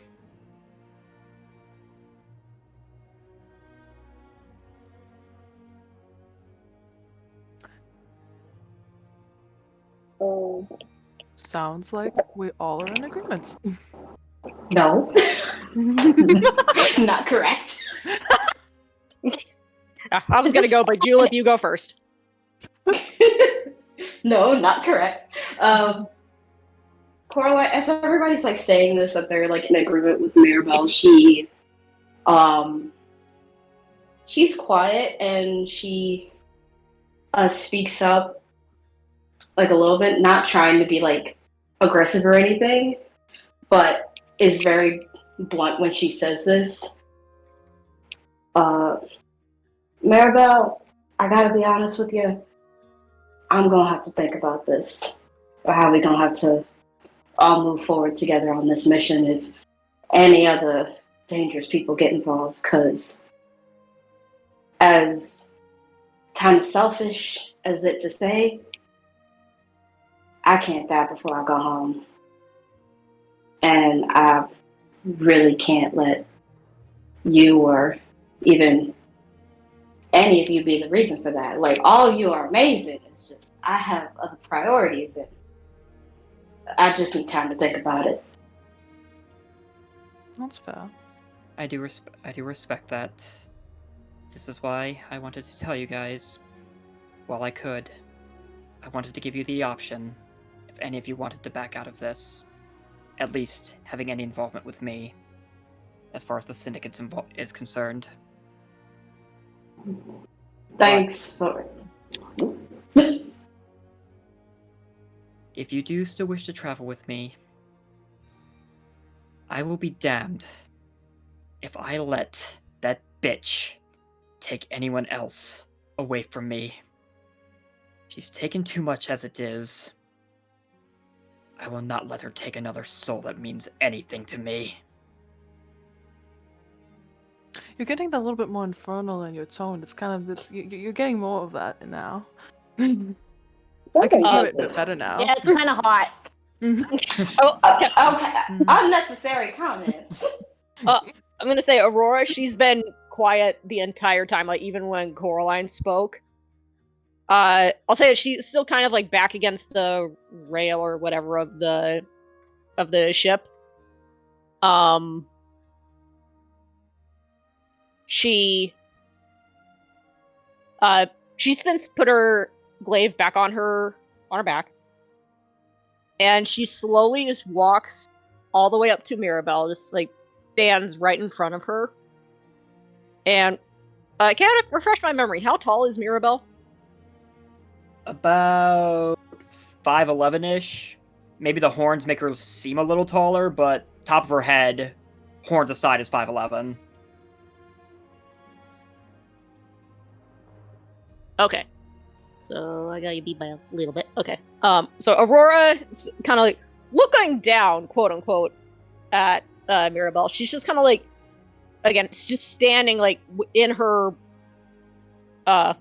personal bubble, just looking down at her, just like very quiet. Just has this very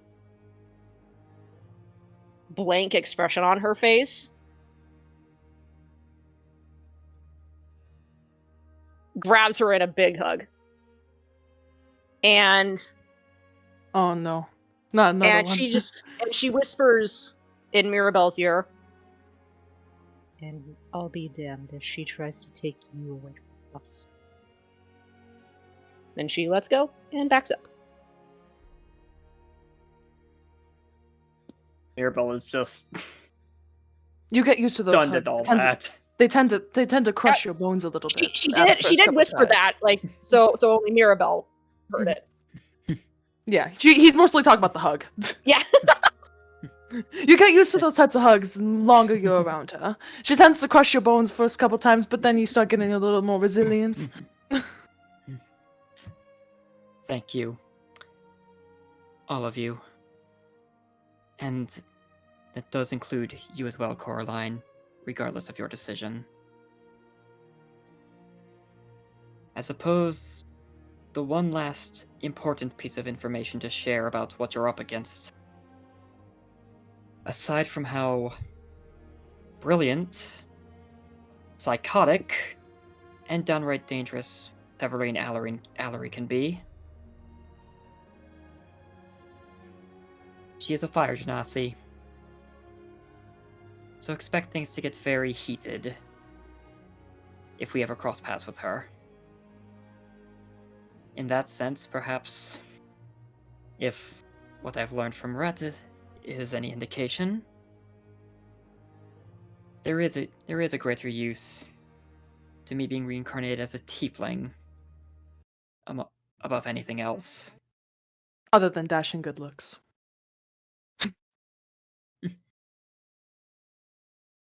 Or a size. And I do apologize for any trouble that has already come of this because of whatever Clothy was interested in.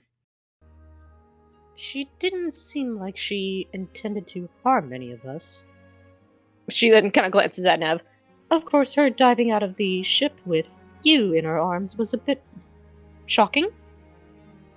But she didn't seem like she wanted to hurt us. To be fair, after my last conversation with her ended, I watched her parkour up an entire building. Out of character. I'm sorry. Go ahead. No, go ahead. I was about to say out of character because we saw Viz dive after, before we closed that latch and stuff. You guys, I wanted to ask the fairy twins because you guys emphasized spawning your wings rather than just floating. Did we see wings? I just wanted to clarify. I think especially you guys flying back up on the ship. You know what I mean? Yeah. I wanted to clarify if it was floating or if it was established that the wings are basically invisible unless the light hits them a very specific way. And since it's nighttime right now, unless the moonlight hit the wings very specifically, they still would have probably not been seen. Okay, keep going then. I just was wondering because you guys said something, you phrased it differently, so I thought it might be different. All the secrets just coming out. Even if Clothy did not intend to harm us, she would have. I think that's important to remember. Conversation I might have to have with her if she actually seeks me out again. I have a feeling this isn't the last we've seen of her. Plus, everyone has their own agenda. A simple deal or two doesn't mean you can immediately trust a person. They've got their own things that they're probably up to.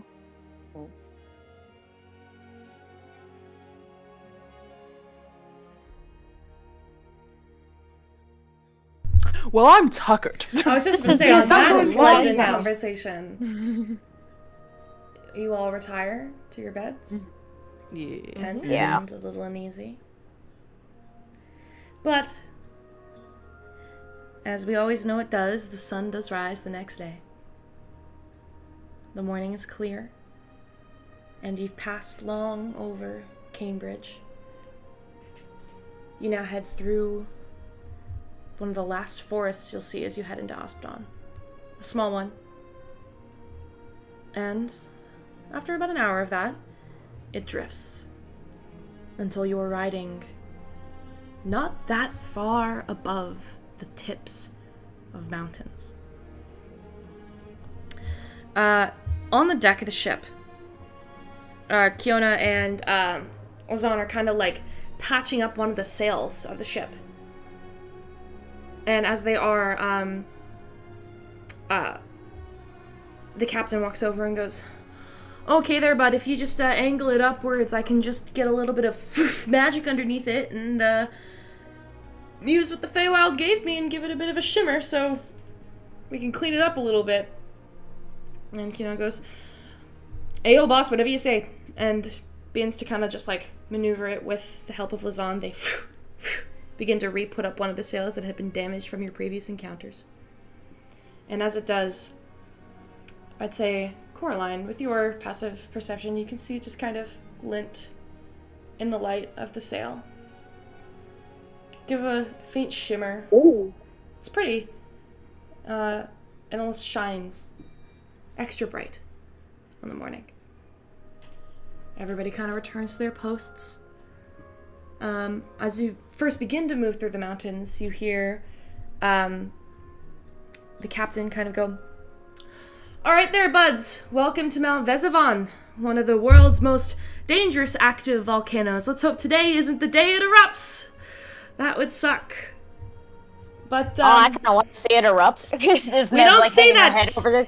We don't say that. That's like a guard saying that's been quiet. You don't say that. You don't ask for it. Ever. Which is why you make a ship out mainly out of wood to knock on it. Yes. Exactly. Well, Hearing Rhett say that knocks on the wood. Thank you. Knock. You guys are making some noise as you kind of enjoy your day and enjoy your morning. Kiona looks a little nervous. She kind of keeps just glancing out into the distance. And Lazan walks by and goes, "What's going on, Kiona? You always seem so sad traveling through the mountains." And the captain goes, "Oi, don't ask her that. She's gonna go on some tale and tangent about the creatures that used to live in them." And she goes, "Ayo, it's not a rumor, Captain. It's a very real thing. Something that we have to be cautious of going through the mountains." And she goes, "But dragons haven't been seen in centuries. Relax." And Kiona kind of just grits her teeth and goes, "You know, back in the day, my mom used to tell me horror stories of Nejan the Molten Queen. How do we know she ain't just living dormant or something? I gotta be mindful of stuff like this." The next hour goes by. Another hour goes by. Coraline, every once in a while, you just can't help but kind of look up at that sail. The way it glimmers gives off that faint bit of light. What the heck is so interesting about it besides shiny? It's just shiny, and it's not often you see intentionally shiny sails. Like, how often are they intentionally shiny? Do you know what I mean? That's fair. And then That bad. there's this little bit of a rumble in the mountain. Kiona grips the side. "Ew, I told you not to mention the damn volcanoes. Look, it's starting to erupt a little bit." And you guys all look up toward the mountain. And it is. It's rumbling a little. There's a little bit of smoke coming out of the top of it. And all the while... Nev is looking over the edge. She's like, "Ooh, explode." Wait, isn't this a new day? No. What? Isn't this a new day? Don't we get to roll a new? No, you don't.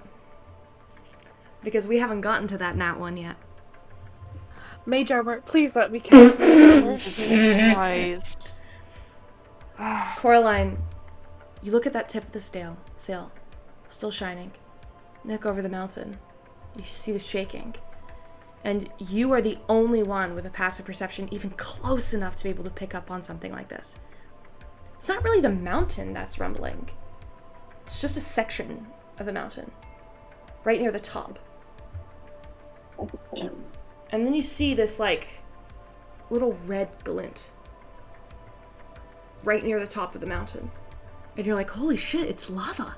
Lava's coming up from the mountain. It really might erupt.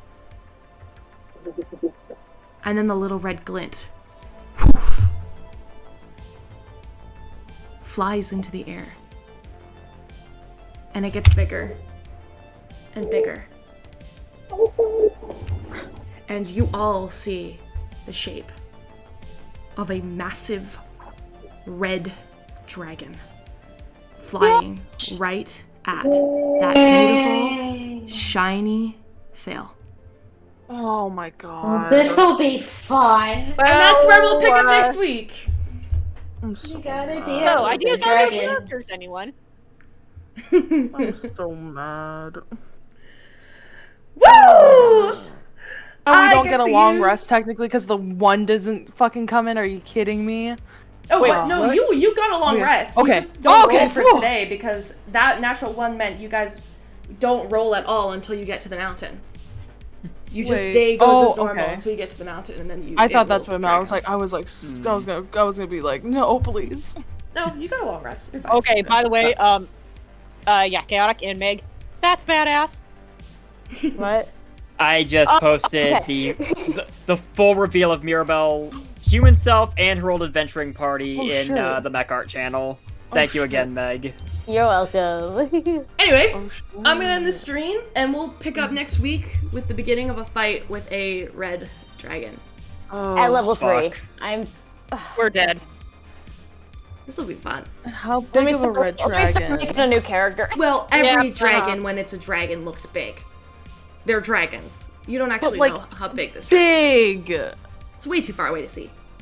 Oh, Alright, so I think I might actually, I'll be the cleric this time. Evan, you still there? You haven't talked in a while. I didn't. Yeah, I'm still here. Yeah, Okay, you weren't reacting, so I was like, is he still here? yeah. I forgot I muted. Yeah, I'm thinking I'll either be a cleric or I'll be a... Oh, come on, guys. just- Positivity. I just imagine as like at first it looks like fire is erupting from the mountain, and like as she realizes it's a dragon, her grin just like goes into horror. Like None of you- slowly as she realizes, just like, oh shit. People haven't seen dragons in centuries. So, Okay, Like, what the fuck is that? yeah. Anyway, Is the stream How are we- over? I'm gonna stop the stream right now. Oh. Bye. okay.